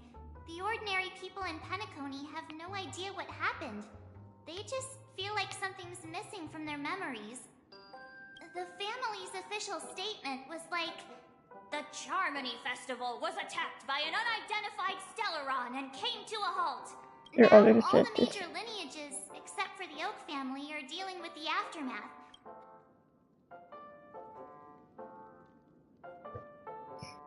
What happened to you in a stream? Why the sudden interest in that? Well, I was dragged into the sweet dream. I felt a cold tentacle diving into my memories. But something else was there. So the tentacle suddenly disappeared. Sounds icky. And then I dreamed about stuffing my face with delicious food and going on a shopping spree. Sunday didn't seriously believe that was the life I wanted, right? Breaking free from that cheesy illusion was just a piece of cake. Mm-hmm. What is the Radiant Feldspar? It's a massive airship, and it's awesome. I heard it's never shown to the public. Only VIP guests of the family get to board it and enjoy the breathtaking views of Penacony. The Iris family sent us a bunch of souvenirs. Fruit baskets, plus this fancy button model. After you're back on your feet, you can enjoy them all. We are pretty much celebrities on the planet of festivities now, aren't we? Mm. Let's go meet up with the others. Yeah, let's go. We've got some time before we board the ship, so let's catch up with everyone at Dream Jolt Hostelry.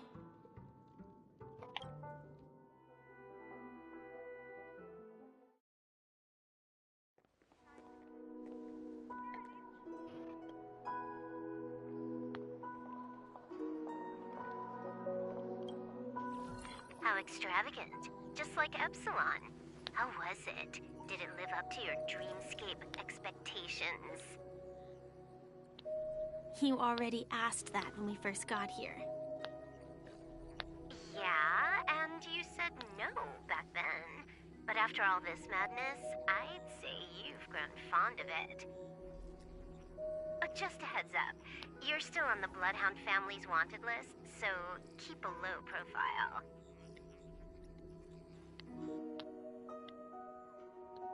And this time, it's Firefly in the picture, not Sam.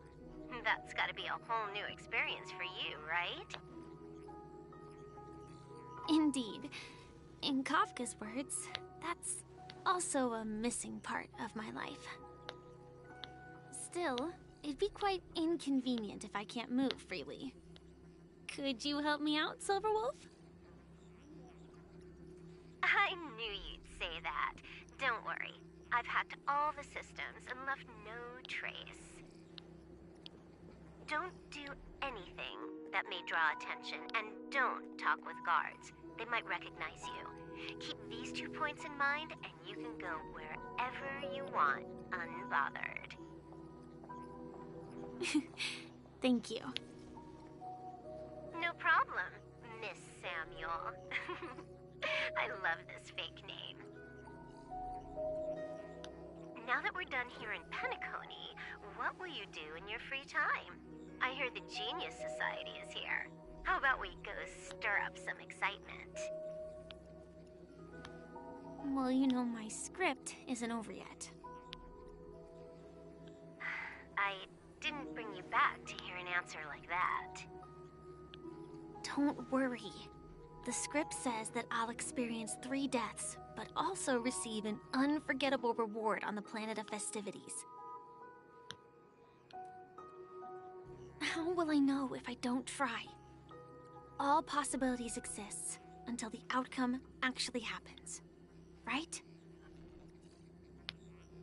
You may not realize it, but you have a bad habit. Whenever you seem to be asking a question, you've already made up your mind, and no words will dissuade you. Anyway, Kafka asked me to pass on this message. If you see anything fabulous in Penacony, get one for me too. Just swipe my card, you know the pin. She didn't specify anything, but I guess she means a dress, coat, sunglasses, or something else. You know better about fashion than I do. Sure, I'll keep an eye out. There's tons of options at OT Mall. Do you think she'll like trinkets, like hair accessories or brooches?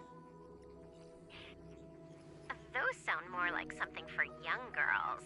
Maybe you should keep them for yourself. Oh, by the way, Blade wanted you to be more careful.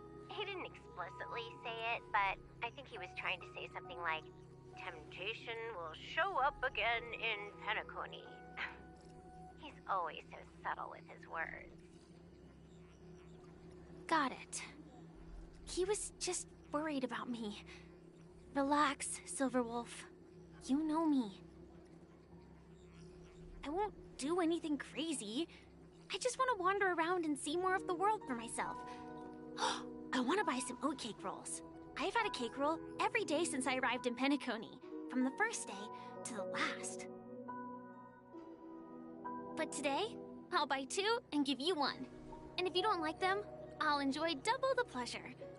Or I can bring one to Kafka, as she never refuses. Or maybe I'll give it to Blade. He'll appreciate it. That's not written in the script, right? But as you see, I have added new footnotes to my destiny.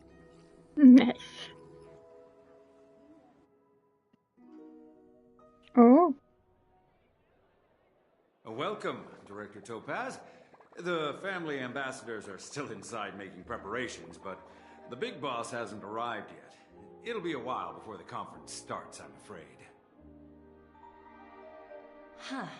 Quite a spectacle. The family really knows how to make things look impressive. I thought they would choose a more formal and low-key location for the conference. I didn't expect them to go with a luxury airship. About this, Director. I've asked around. This airship, named the Radiant Feldspar, belongs to the Alfalfa family.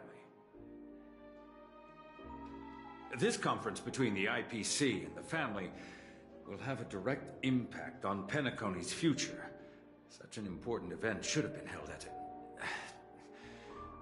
well, somewhere secretive in the moment of morning dew. The atmosphere here, it doesn't feel serious enough. If I'm right, this conference is probably just a prelude. Whoever organized it wants to assess the IPC stance beforehand. This influential figure either has their own ambitions and wants to reach a preliminary agreement, or they plan to put pressure on us to make us back off. Oh, your mind is always so sharp, Director Topaz.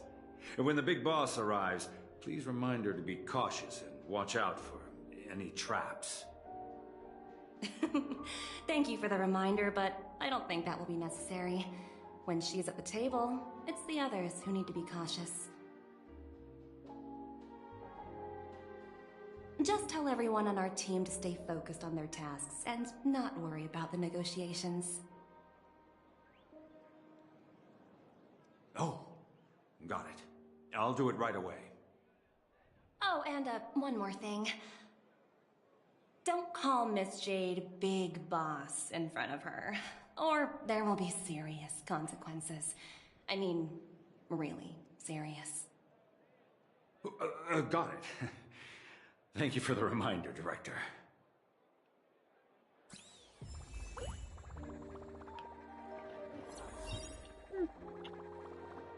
pretty.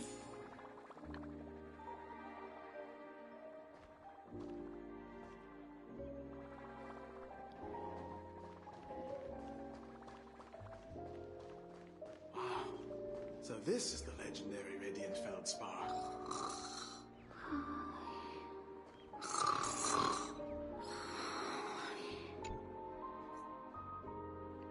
Nothing better than sleeping on a full tummy.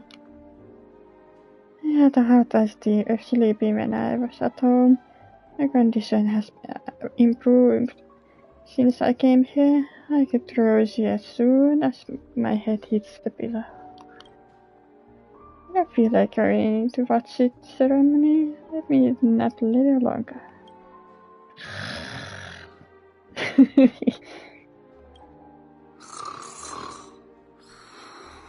Yeah, that looks so cozy.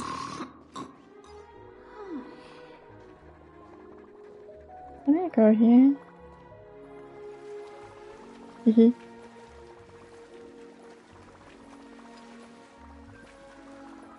Hi.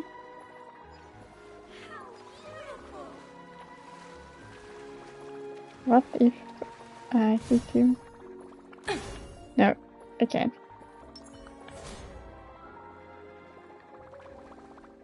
That was interesting. Oh, I thought.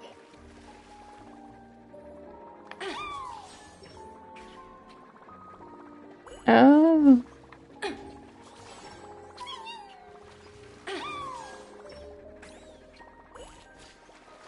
That's cute.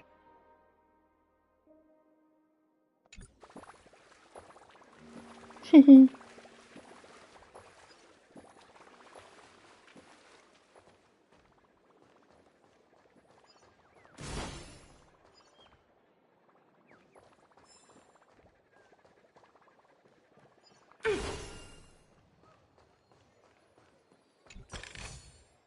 Hard work pays off.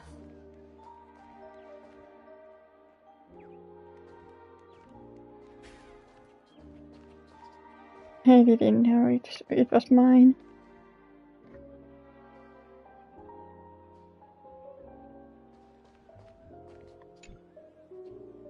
I don't trust those IPC people. They only have profit in their eyes. But a coincidence, me neither. However, what? If we don't accept the help, I think, can we really restart the festival with just our lineage influence?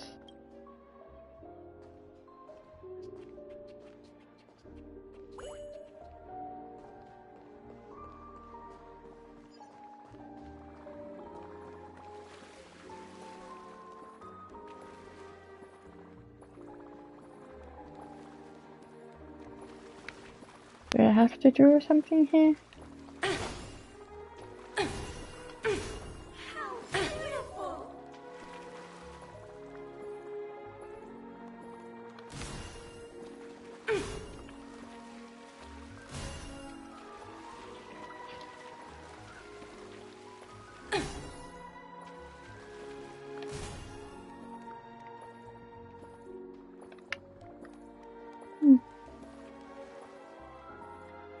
I don't know.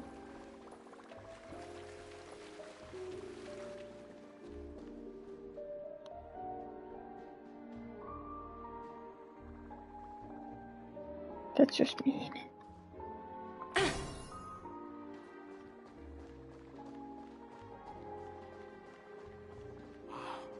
So this is the legendary Radiant Feldspar.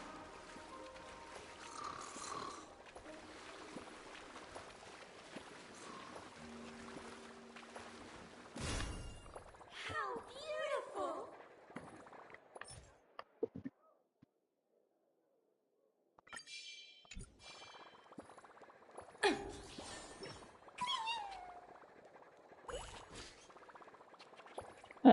I don't get it.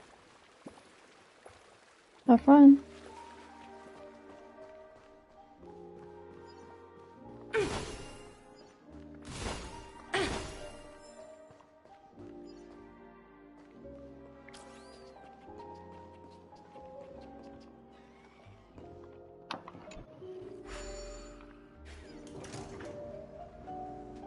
of the important figures have arrived yet.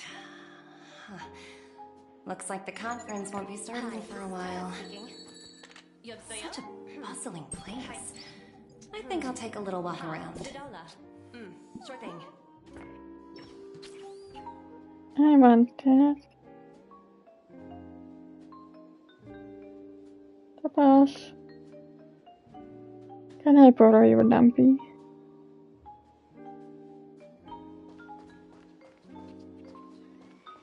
So cute.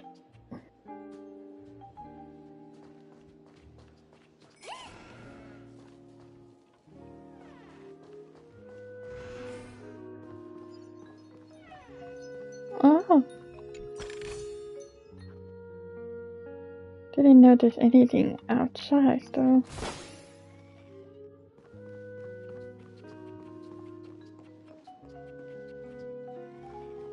Hello.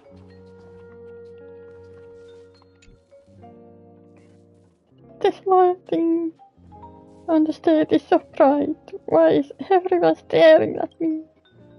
I don't know any magic tricks, so can't someone else take over? Help! Did I just shiver? Why is everyone staring at me? Could it be that I put on my clock hands in reverse?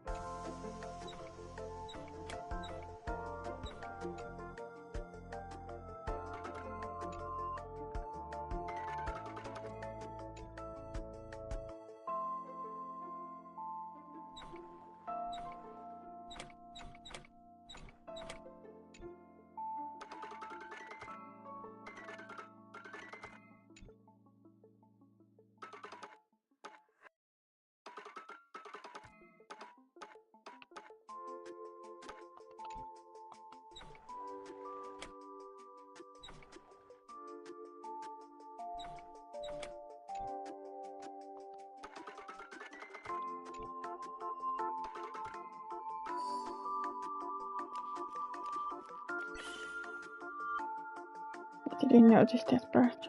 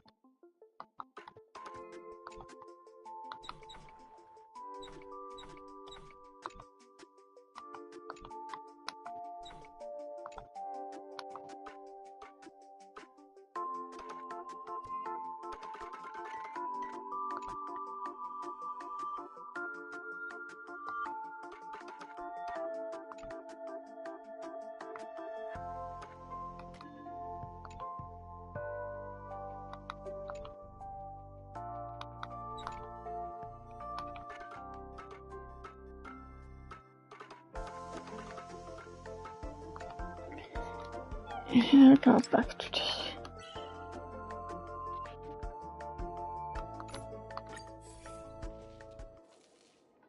If I can. I'm too tired to solve that now. Blech.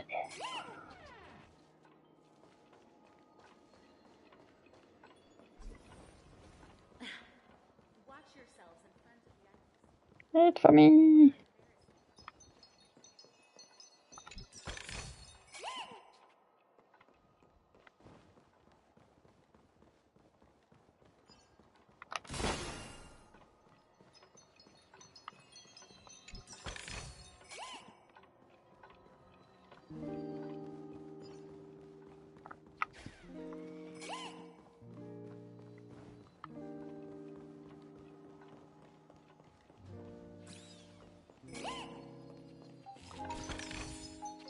Hard work pays off. You're so cute. Totally okay.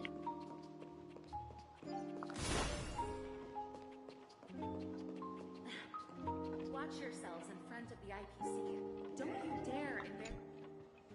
Greetings, madame. What can I do for you? Hello. Could you tell me more about the Radiant Feldspar? I assume you are the ambassador of the IPC Strategic Investment Department. It's my honor to assist you. The Radiant Feldspar is owned by Mr. Odie Alfalfa, head of the Alfalfa family. Mr. Alfalfa invested a significant amount in building this luxurious airship an Ember era ago, and it has been sailing across the 12 hours of the dreamscape ever since. Oh, so it's owned by old Odie himself. No wonder the ship is so lavishly decorated. Indeed. Mr. Alfalfa has impeccable taste. Only the most prestigious guests are invited by the Alfalfa family to board this airship.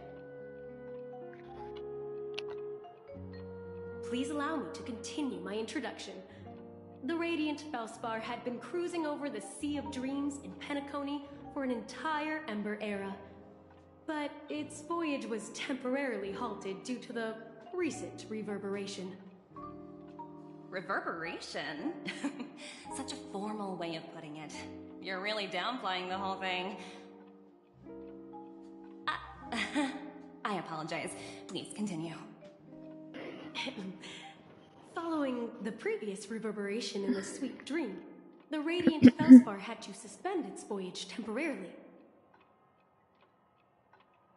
Thankfully, the factors that disrupted the dreamscape have been resolved. However, due to, well, certain special reasons, the Charmony Festival, originally scheduled at the Penacony Grand Theater, had to be temporarily postponed. So, Mr. Alfalfa suggested relocating the Charmony Festival to the Radiant Feldspar, taking this opportunity to announce the resumption of the airship's voyage. Ah, well, that would meet the family's needs and also create momentum for Mr. Alfalfa himself. Quite fitting for a legendary tycoon like him. Thank you for explaining matters to me. Goodbye.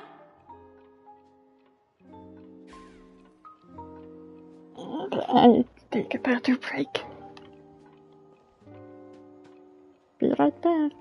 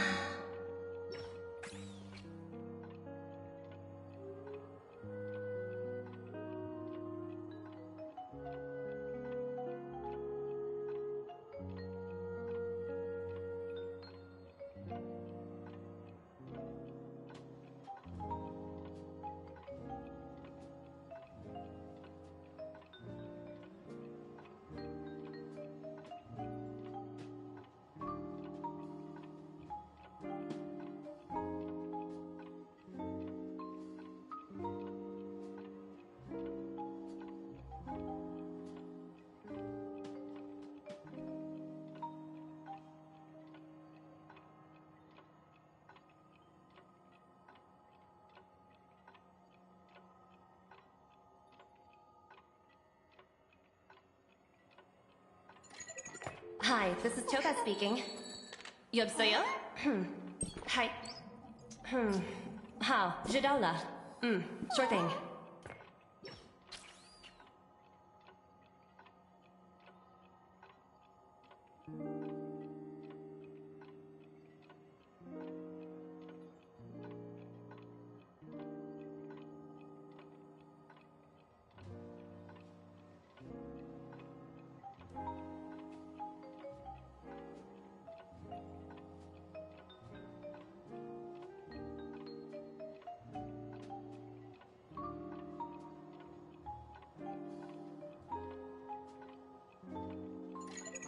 Hi, this is Toka speaking.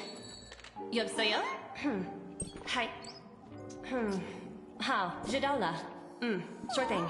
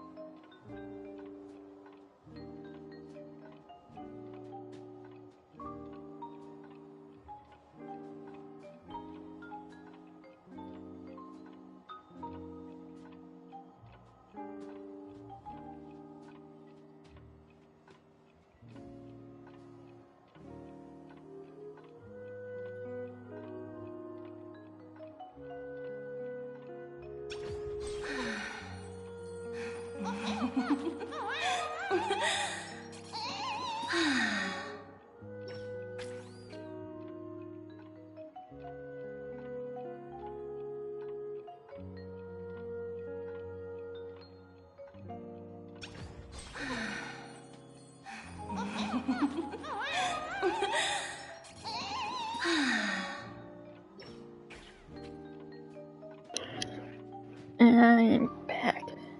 And that idol animation is so cute. Hi, this is Choka speaking. 여보세요? Hi. Ha, Jidola. Sure thing.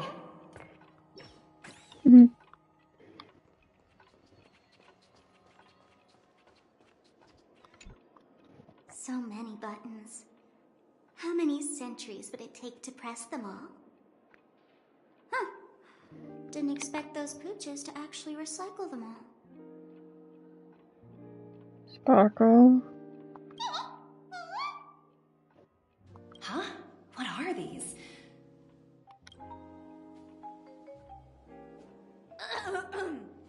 For your safety, please stay away from those objects.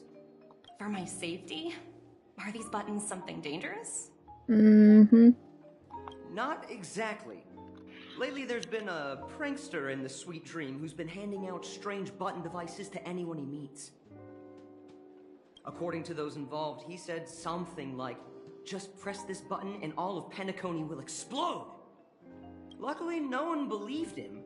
Still, the Bloodhound family collected these buttons just to be on the safe side.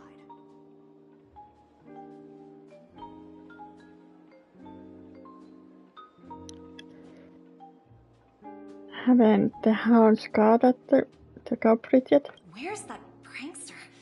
Haven't the hounds caught him yet? Yeah, that guy has some skills, I'll have to admit that. However, you know, the Bloodhound family won't give up. Whoever disrupts order in the dreamscape will face severe consequences. Sure. Anyway, the family will deal with these things. Please, kindly keep your distance. Right there. Yeah, then. Not in a vault or something. What services do you require?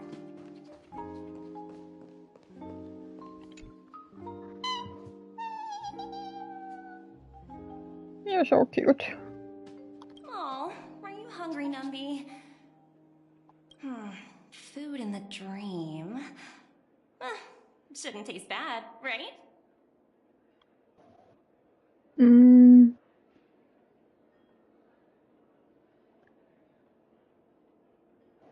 That's a potato fries sundae.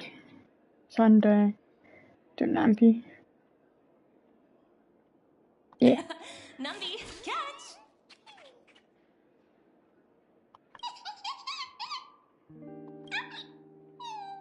Oh yeah, oh no. Nambi groups down the potato fries sundae. Then let's have satisfied puff. Oh, looks delicious, huh? I should have taken a bite first.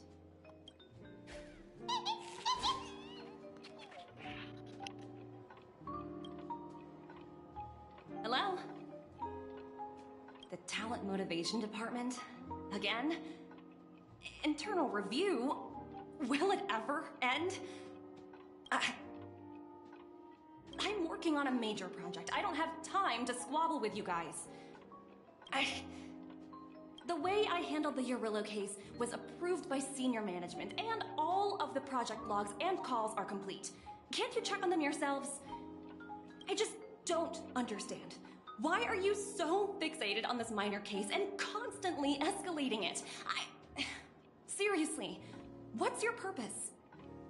Sounds exhausting. Why not just hang up?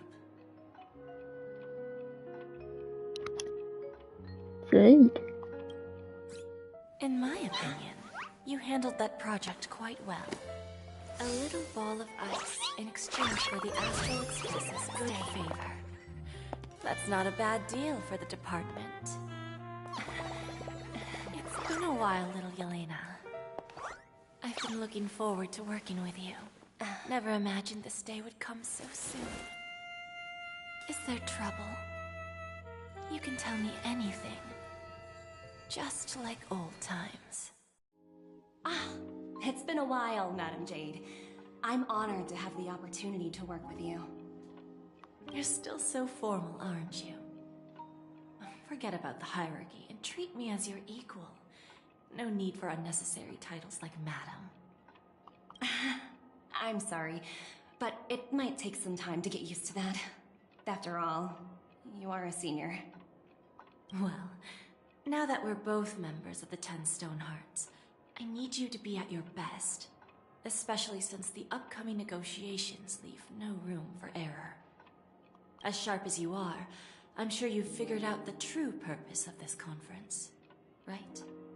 I believe old Oti has taken it upon himself to test our limits before the official negotiations between the IPC and Penacony. That's true, and it works in our favor. Do you know why? If we can reach some sort of agreement with old Oti beforehand, and gauge our opponent's boundaries, our future negotiations will go much more smoothly. That's the obvious benefit. Exactly. And the hidden benefit is that as the head of the Alfalfa family, his actions suggest that the 5 lineages might not be as united as the Odes of Harmony would suggest. As long as the influence of Harmony hasn't completely permeated their core, personal desires will always have their way. Thankfully, influential figures in Penacony haven't entirely suppressed their own desires. It's similar to the power struggles within the IPC. The supposed all-for-one philosophy shared by the 5 lineages. It's just a slogan now that the Dream Master has gone. After the downfall of the Yoke family, old Oti's faction became the dominant force in Penacony. Even if we consider only the succession order, he's the longest serving and most senior among all the family heads. Yes, that's exactly why we need to handle the conference following an agreed-upon strategy. It's like playing a game of chess, where every move needs to be carefully thought out. Absolutely. The 3 steps of negotiation. Listen, test, and strike. That's what you taught me. Pretty clear. Although, you seem to have changed the order in the Yarilo case. That was based on my personal experience. I apologize for interrupting your conversation, but the family head is ready to meet the ambassadors from the Strategic Investment Department. Time to get to work. Let's prepare ourselves and meet that esteemed supporting actor. Remember, our goal is to create an opportunity for the IPC to enter Penacony. Aventurine has already made a small opening, and you and I, we're going to tear it wide open.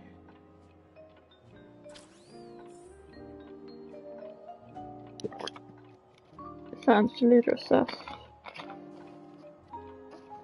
When you say it like that, tear it open.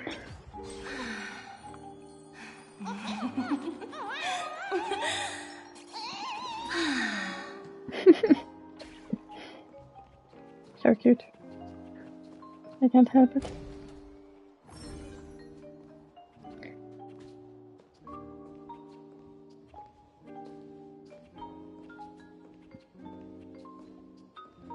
We're walking fancy there.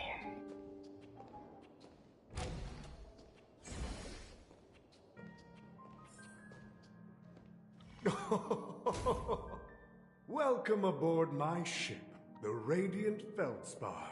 Smart and charming ladies. Please, have a seat. Let's have a pleasant conversation.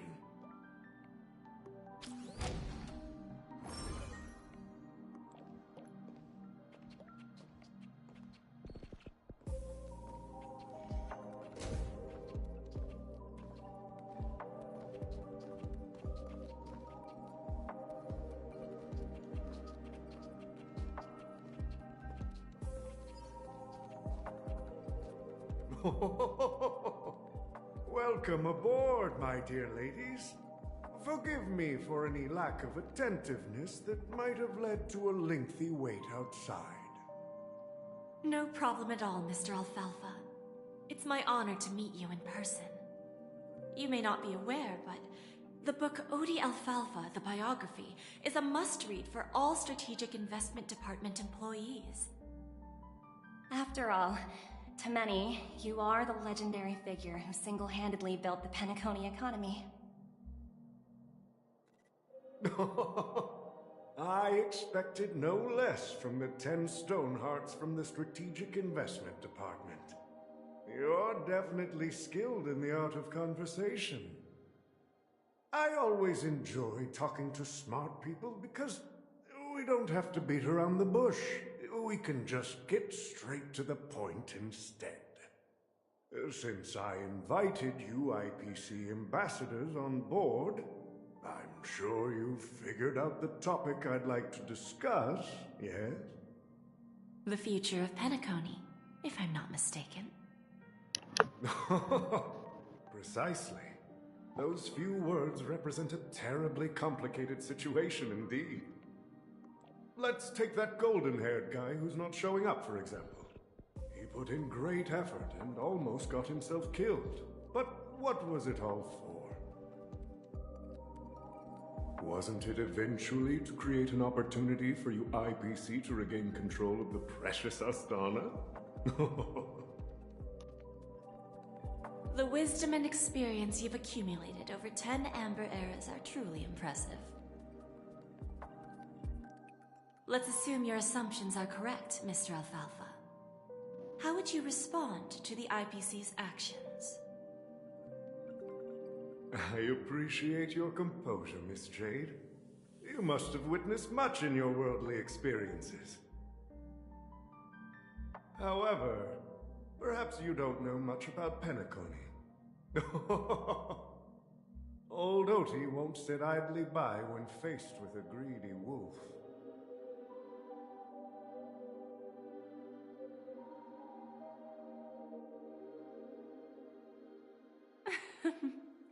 Please, go ahead. I'm all ears. Then I'll be straightforward. I requested this meeting before the official conference to dissuade the Strategic Investment Department from trying to lay a finger on Penacony.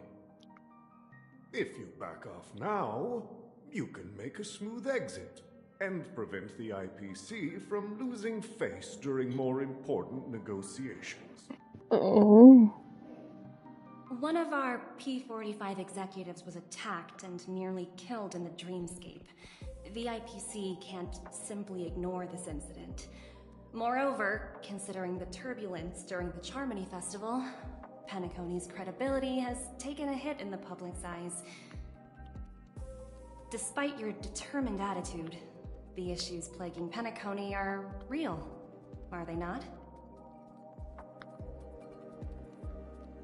You use the term real, Miss Topaz, but let's not forget that this is the realm of dreams. If you want to succeed here, you need ambition and unconventional thinking. Curious about how I plan to respond to the IPC? Well, I don't mind sharing. My actions will help Penacony take a significant step forward by self-listing and going public. Going public? If I'm not mistaken, you want to bypass the IPC and go public on a universal scale. Precisely. Instead of watching the IPC gnaw away at Penacony, I'd prefer to open the doors of the sweet dream to the entire universe. Starting today, anyone in the cosmos can become a shareholder of the land of the dreams. This is the path of harmony I'll choose.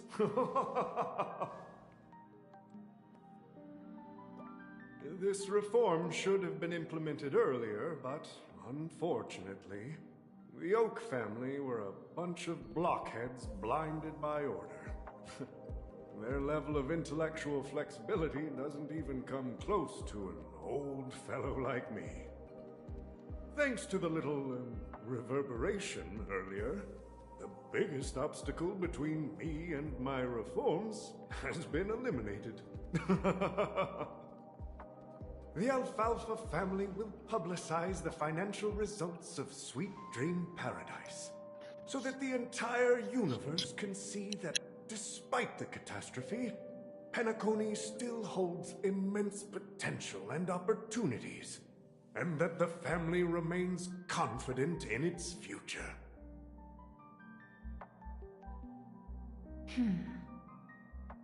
Crisis and opportunity are two sides of the same coin. So, you've been waiting for the right moment for Penacony to regain the spotlight. And if Penacony should seize this opportunity to overcome adversity, even if the IPC tries to intervene, every move we make will be scrutinized by trillions of people.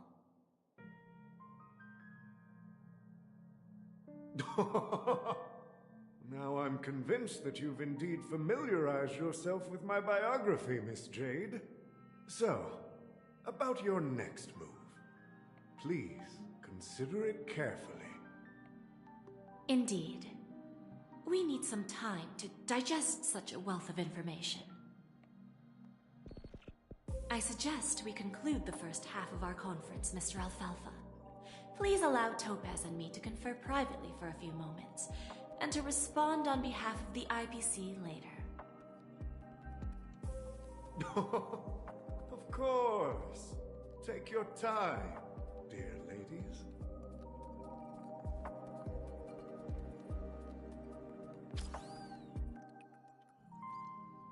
The Alfalfa family had a meeting with the IPC? I got this information from a message sent by that IPC ambassador. He said it was to return the favor. It's not hard to imagine. Penacony today is pretty much like the frontier prison it once was, with external forces casting greedy eyes and the undercurrent of order lurking within. Instead of falling into a situation where they are plagued by both external and internal threats, Penacony would rather take a step back and invite the IPC to negotiate at the table, ostensibly to cooperate, but in reality, to secure more opportunities for their own survival. Well, no wonder they sought the mediation from the Astral Express. In your opinion, who should we stand behind? I don't think the followers of the Harmony are completely innocent victims in all of this. For reasons unknown, they have a strong desire to smooth things over, which leads to speculation about their motives. If either the family or IPC were to assume full control of Penacony, it would return to its previous illusory dream of hedonism, and the efforts of those previous nameless would once again go to waste. There you are. Did you rest well? I didn't disturb you since you were in a deep sleep.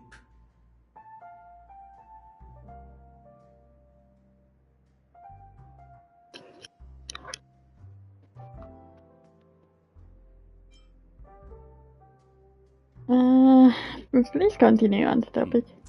After Anna's dream was shattered, the family branch from the Montour system soon arrived and swiftly took control of the situation.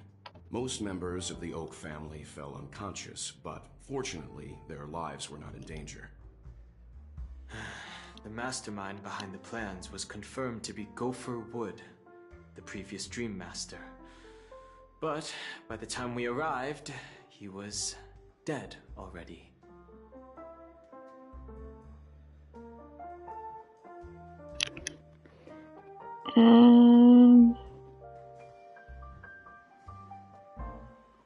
What about Sunday? He'll face a trial.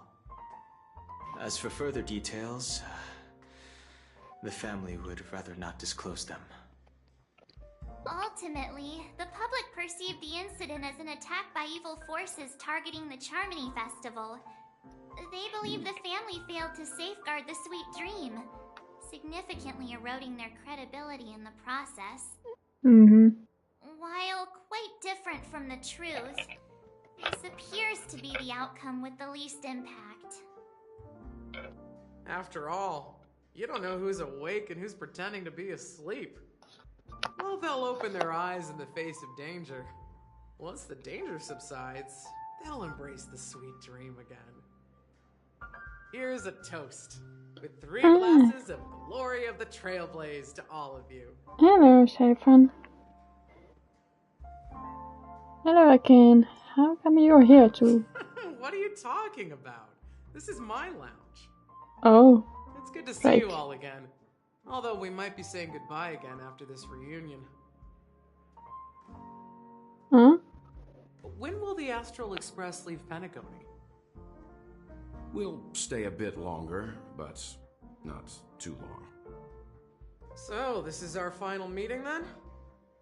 If this is a farewell, then it seems to be missing something. Music? Atmosphere? Maybe a special drink to honor those who are not here.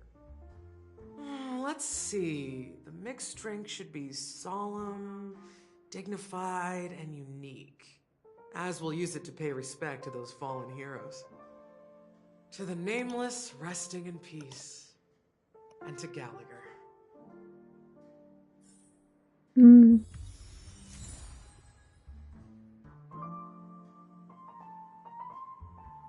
Just a moment.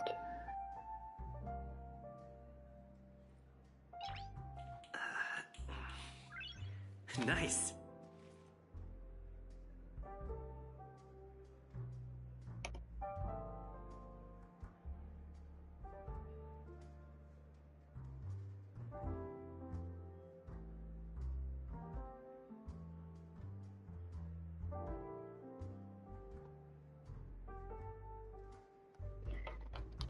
Have to log in again to the YouTube.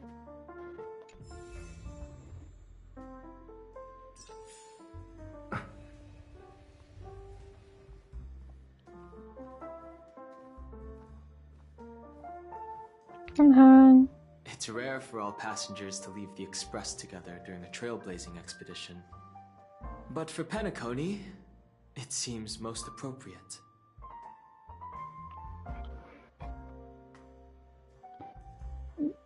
But what about the Express? Given the conductor's presence, there's no need to worry about it. However, it's crucial that we soon return to inform Pom Pom about the Nameless. What happened to the inner stream? In my dream, the Express stopped at many places, and passengers came and went. However, the 5 of us were always present, and the journey seemed never ending. Perhaps this could be a deep-seated desire inside me, and upon realizing this, I knew it wasn't real. Is the order incident in Penacony a unique case? No related records exist in the databank, but I have a theory. The hidden dangers of the Order have always been within the Harmony, and this issue existed within the family from the very beginning. However, now that more powers in the universe are aware of this secret, the situation in the cosmos will become more complicated. Okay. So, that's all for now. Like I said, we'll go and see. Once we've packed everything, we should head to our next destination. Well, I'm thinking there's gonna be something more I thought in here.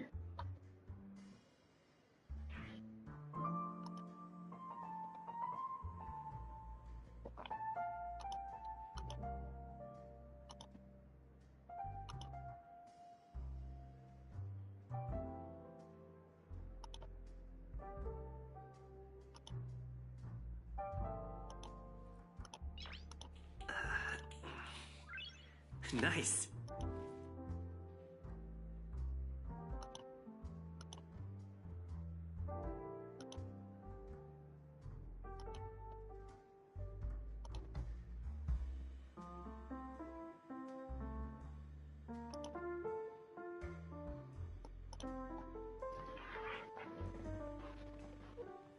So, what's up, Field? This trailblazing expedition has been thrilling and memorable. Hopefully we've all gained insights about ideals, paranoia, clarity, and dreams from the experiences we've had. What will happen to Sandy and Robin? One bird longs for the earth and the other longs for the sky. Even if Robin had to stop her brother with her own hands, she won't give up on him. However, facing punishment from the Harmony is inevitable. He will face a trial. As for further details, the family would rather not disclose them. When did the Order infiltrate Penacony? Since the family took up residence in Penacony, the Order has been hiding in plain sight under the guise of the Oak family, using the Stellaron's power to strengthen their hold on the Sweet Dream, which eventually resulted in disaster. That's the claim the family makes. Whether they were truly unaware of all this is a delicate matter.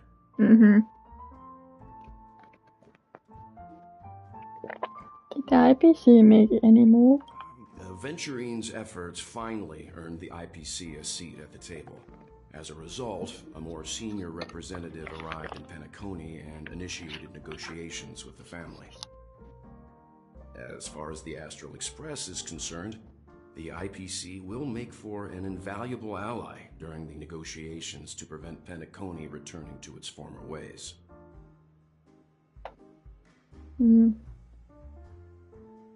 What happened to you in S-Dream? Well, it was somewhat surprising. In that dream, I returned to my homeworld and reunited with my long-lost friends. And for some reason, Acheron resurfaced in my mind.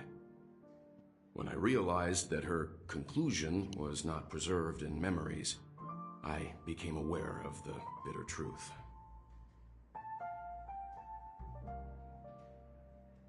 The conclusion of a journey can often be sorrowful. All we can do is to try to make sure it ends on a happy note.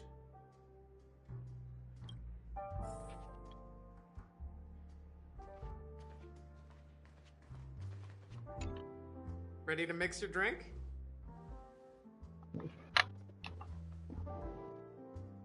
But what happened to Gallagher? I'm not sure.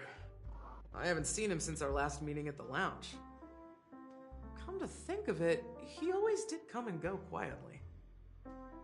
We used to discuss everything here. But every time he'd leave, I'd realize that I didn't know him at all. Such is the mystery that is Gallagher. I have a hunch. Perhaps he's already fulfilled his wishes and won't be coming back. Let's mix those drinks. Before we start, would you like to talk to your friends? We have plenty of time. I already talked to them. Alright, as you wish. I think I have an idea about what drink to make. Would you like it bitter or sweet? It's up to you. Choose the flavor that suits you best at this moment. I would go to some sweet. Drowning sweetness. One of the most challenging drinks to make. A slight imbalance in the ingredients can result in an overwhelmingly viscous sweet taste. However, with the right ratios, you get a uniquely sweet drink with a lingering aftertaste. Not a bad choice. Let's start mixing.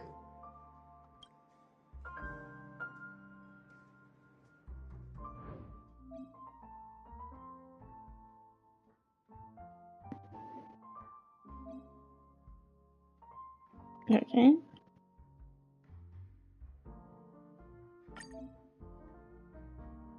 Small amount. Okay.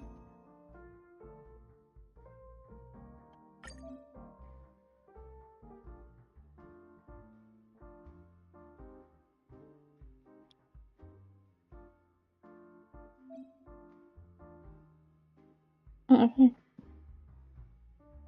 So we need 2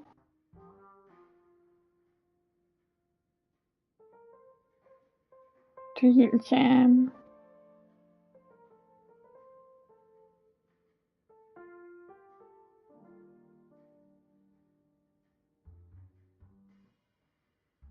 I already lost.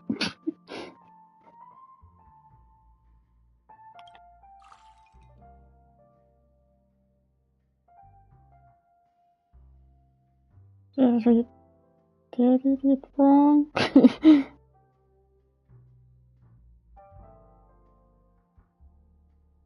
Oh yeah.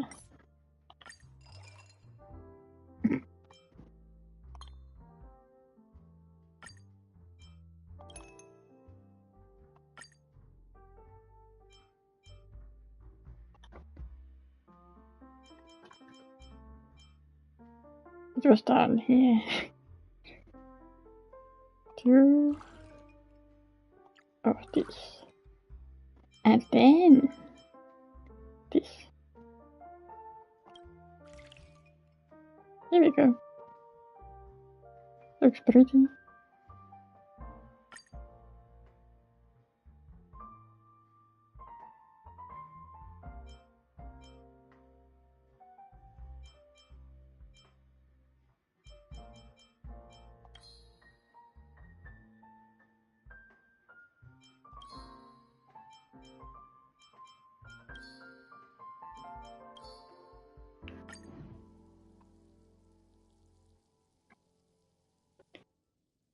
Spirit of freedom. We spread far and wide among stars and legacy. Its legacy will be more timeless. And words always fall short. If you want to bring closure to past events at this lounge, there's no better way than mixing a drink. Blend all your memories and emotions together and stir them well. Through the filter of time, what remains in the glass is something to savor. Well, it's done. Here's to the nameless resting in peace. And to my friend, Gallagher. The spirit of freedom will spread far and wide among the stars. And its legacy will be more timeless than a pastoral song. We're not accepted by the outside world, so we've gathered here. And one day, our souls will return to the same place. Cheers.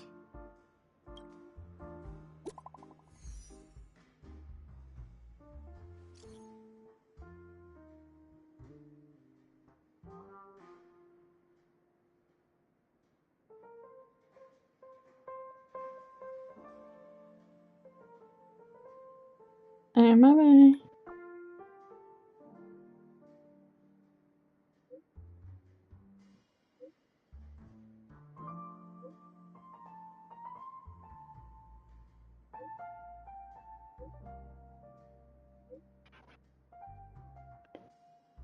Oh, okay.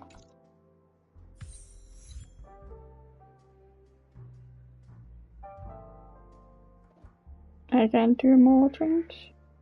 Just fun. Oh, are you leaving? Oh, then take this with you. Aw, thanks. I've mixed more of this last special drink for you. The past shouldn't be forgotten. So I hope it brings back the flavors of Penacony. Thank you. I'm sure it'll leave a lasting impression. If you happen to run into Gallagher, make sure he has a sip too. I know his tastes, and he'll be thrilled. We will. Alright, enough with the heavy stuff. You guys have important things to take care of, so let's not dwell on things. Whether it's the Astral Express or Penacony, there's still a long journey ahead. So let's lift our spirits, guys, and embark towards our tomorrows.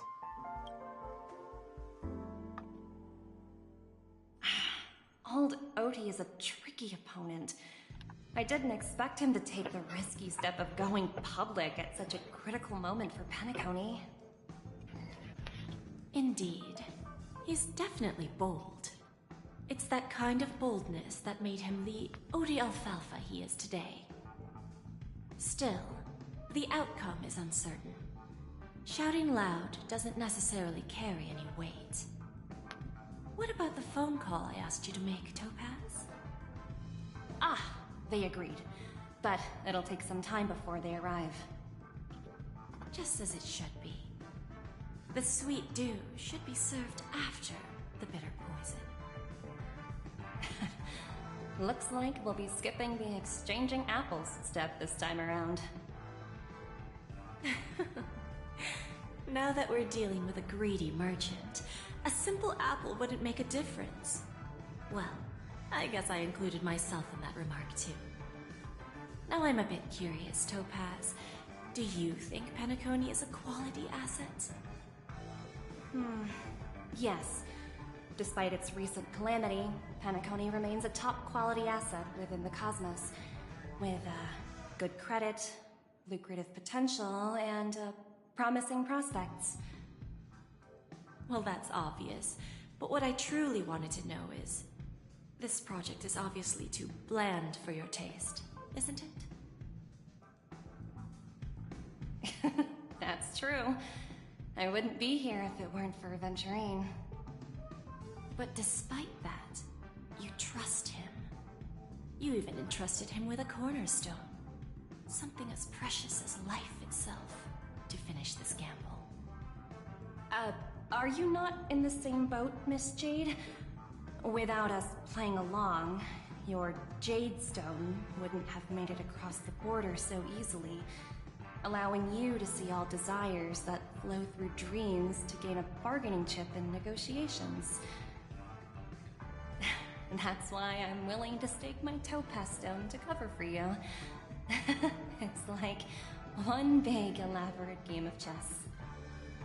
Once that kid sets his mind to something, nothing can stop him. Not even fate. Well, at least he's still alive, and that's the best outcome. Looks like we've strayed off topic, Miss Jade. Should we discuss our next steps? No need. I'll go it alone. Meanwhile, you can go greet our honored guest and wait for my message. Okay. Is that Robin? Huh. She's also here on the Radiant Feldspar.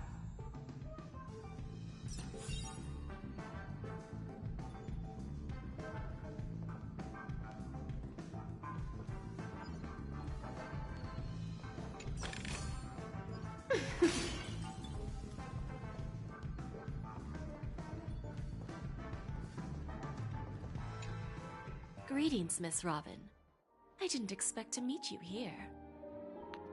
Miss Jade? Greetings. The opening ceremony for the Charmony Festival has been moved to the Radiant Feldspar, so I'm here making some preparations. How about you? Have you spoken with Mr. Alfalfa? I'm actually on my way to meet him right now.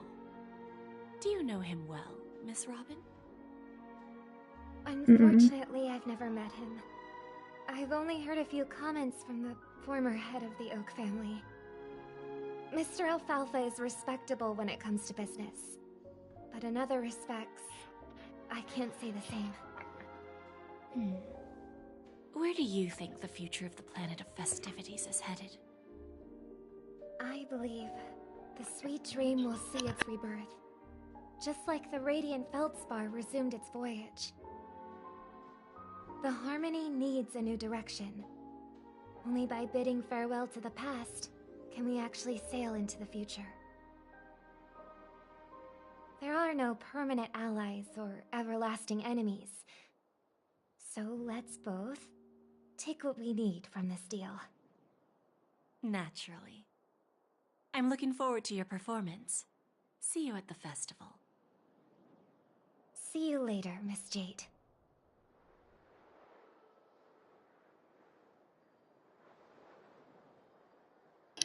Interesting. We need to stop here. It's almost 2 a.m. Even I hate to stop it here. I can't read my phone. Sorry. So many birds.